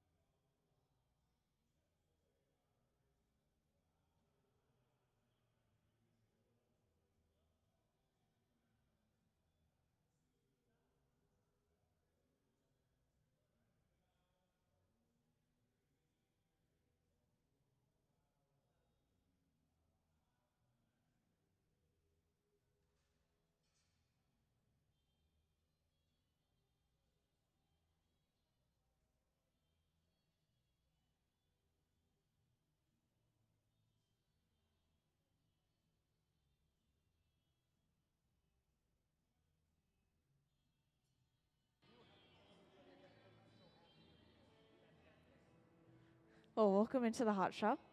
Today we're just working on making some goblets, and we do have one example of a complete goblet on this front pedestal. I will say we're not creating this exact goblet, we're kind of switching up the style today. And we are just getting some practice in. So right now we're actually just getting started on the stem of a goblet, which is great. That means you guys will get to see us finish a goblet right in front of you guys.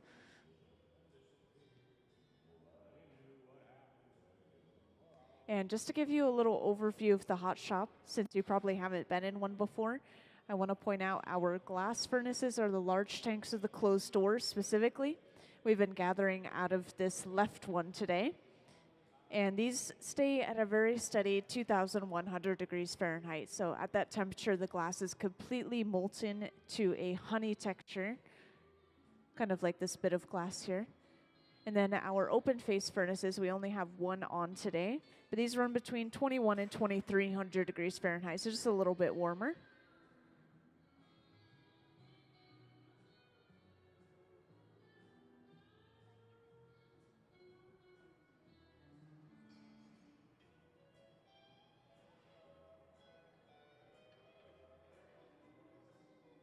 And this small bit of clear that we've just attached to the bottom of this ball, this is going to create the longest section of our stem. And actually, could I have the anatomy of a goblet diagram, please? Thank you. So up on the screen, I just wanted to point out that this is specifically the type of stem that we are making today. We have the optic ball already created on the end of our pipe, and now we've just created the main section of the stem. And next we'll create the foot on the very bottom to finish off the lower half of our goblet.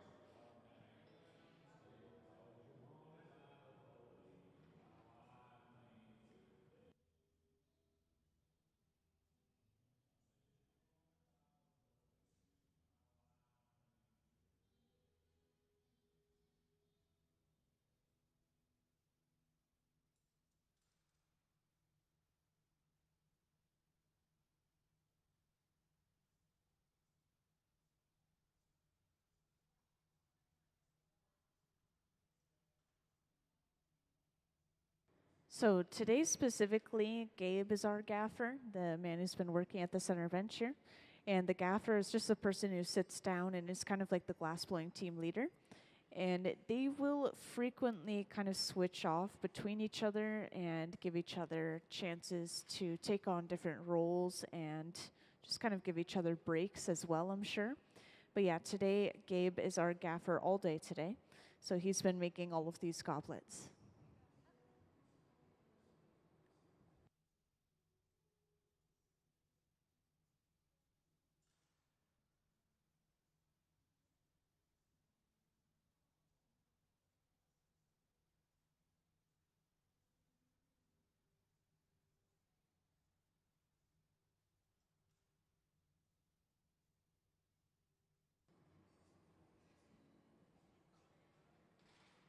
And for those who just joined in, welcome into the hot shop.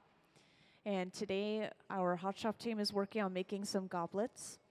So at the center bench, they are just finishing up the stem.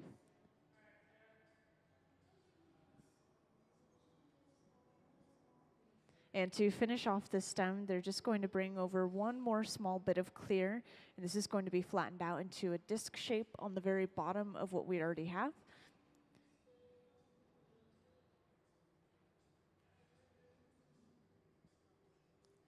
So once again, this small bit of clear is brought over.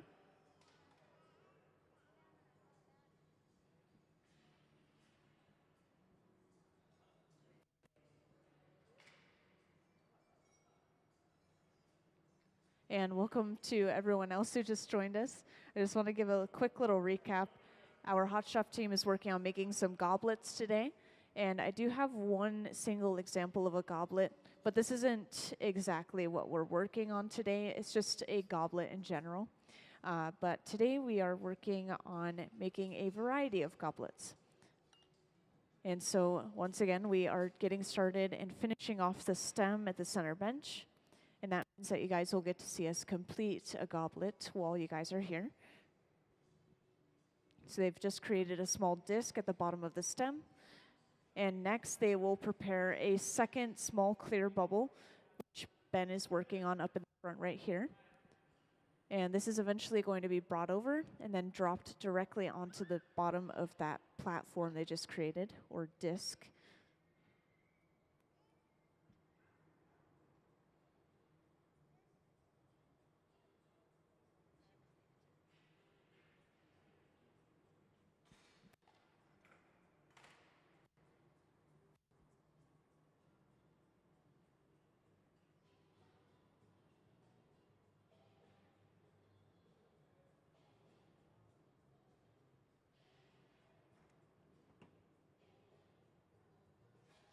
And it looks like this bubble, after being created, has actually been stuffed into a mold on the floor.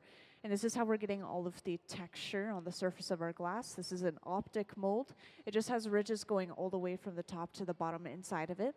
So now we actually have those ridges on the glass. You can visually see them as well as hear them as they are using those metal tools.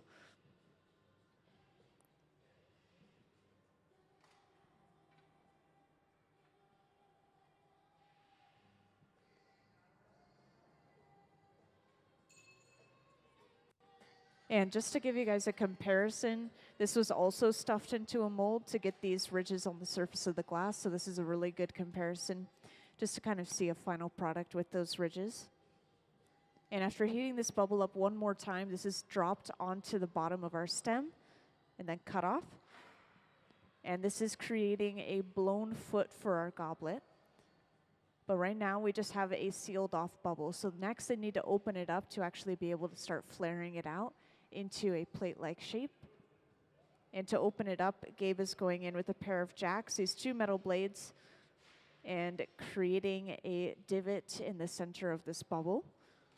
So when they break this end piece off, this is going to leave them with a small opening into the remaining section of the bubble. And this is a perfect view of it up on the screen.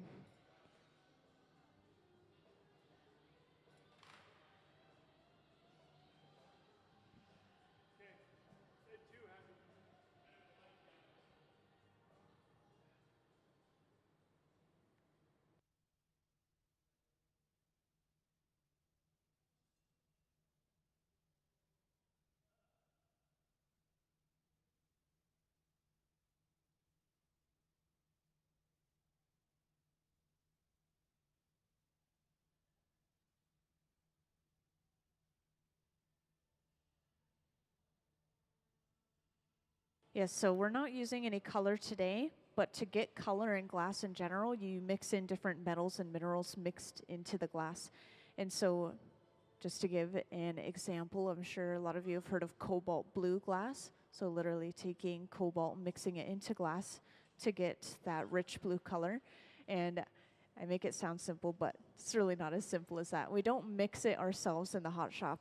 We actually get it shipped in this bar form, and then we simply melt it down, drop it onto a small clear bubble, and then we kind of spread it over top of that bubble to create an even layer of color across the entire bubble. And then usually we gather layers of clear over top of that, kind of sandwich the color in between layers of clear, and that creates a really smooth, even layer of color across our entire piece, kind of like these two, how could I describe this shape? Kind of geometric shape pieces up in the front here. They have that really smooth, even layer of transparent color. And that process is called a color drop or color overlay to get that really even layer of color across the entire piece. And it's something that you'll commonly see when we color a glass.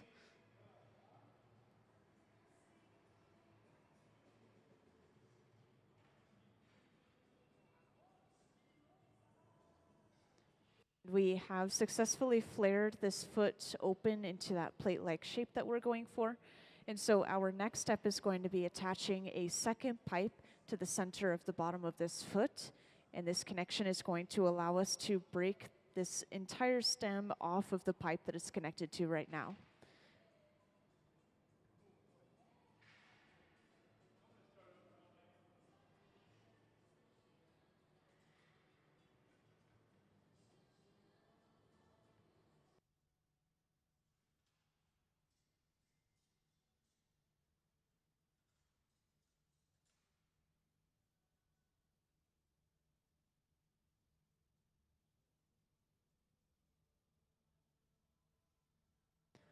So right after attaching that second pipe, all Gabe has to do is apply a little bit of pressure to the connecting point between the stem and the first pipe, and then tap the pipe, and that breaks that piece cleanly away. And this is something that we do for pretty much anything we make in the hot shop. To be able to work on both sides of the piece, we need to attach a second pipe and then break it away, and then we have access to the complete opposite side. And so now at this point, we are very close to finishing this goblet off. You guys weren't here for it earlier, but we actually already created the bowl of the goblet, the drinking portion, and we have set it aside in the garage, this large silver box right here. So Ben is heating the bowl up, getting ready to bring it over.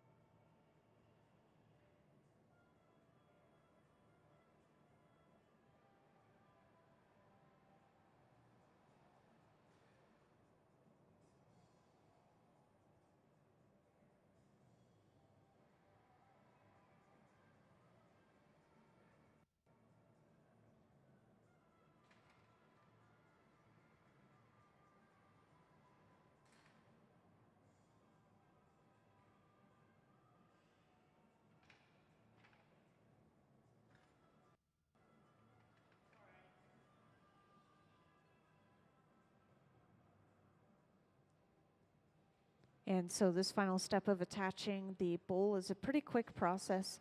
All they're going to do is bring over a small bit of clear, and this is going to be attached right to the top of our stem, just a very small amount of it. And this is going to act as a glue as they then attach the bowl and finish this goblet off.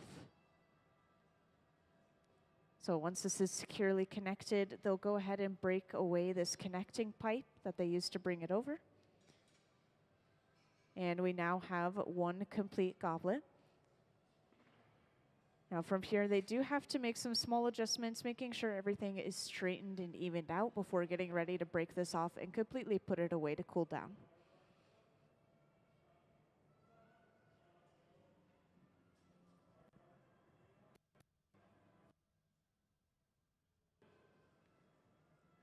So the Museum of Glass Hot Shop team has been working together almost since the museum opened. So they've been working together for a little while. The museum opened in 2002, and I know a couple of them joined a little bit after the museum opened, but they have always had live glass blowing here. And they've all been working with glass for over 20 years individually, except for Sophia. She's about 20.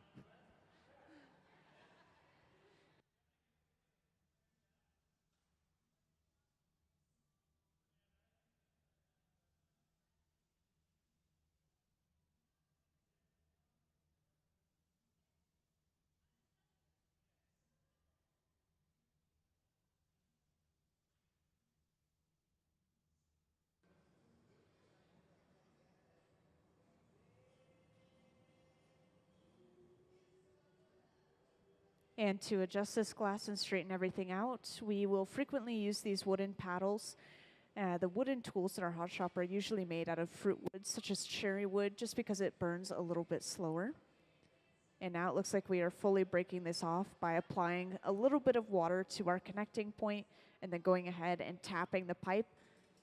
And this is broken off onto a heated fork and then carried over to the annealer to cool down. And let's give them a round of applause for completing that goblet. Thank you. So I just want to point out the annealer. This is staying at a very steady 950 degrees Fahrenheit. So anything we put inside of there is kept at that temperature. And then with the press of a button, everything slowly cools down at once. And this process is usually overnight, so we won't see this piece of glass until tomorrow. This is just going to prevent thermal shock. And could I actually have some of Gabe's artwork up on the screen, please? Thank you. So up on the screen, we have a slideshow going of Gabe Feenan's artwork, the man who's been working at the center bench here.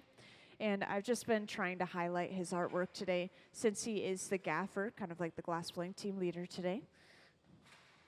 And so these are some other items that he is capable of. A lot of this is done in the hot shop, if not all of it. The textures, the colors, everything is assembled in the hot shop.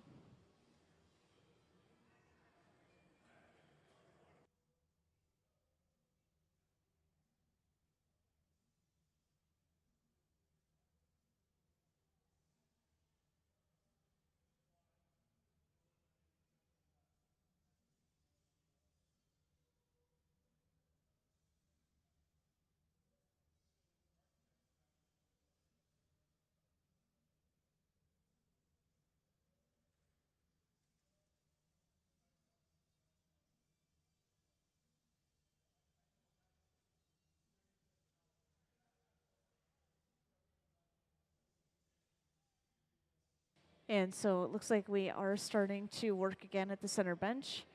Want to point out we just used an optic mold again on the floor. This is the mold that will give us those ridges of glass across the surface.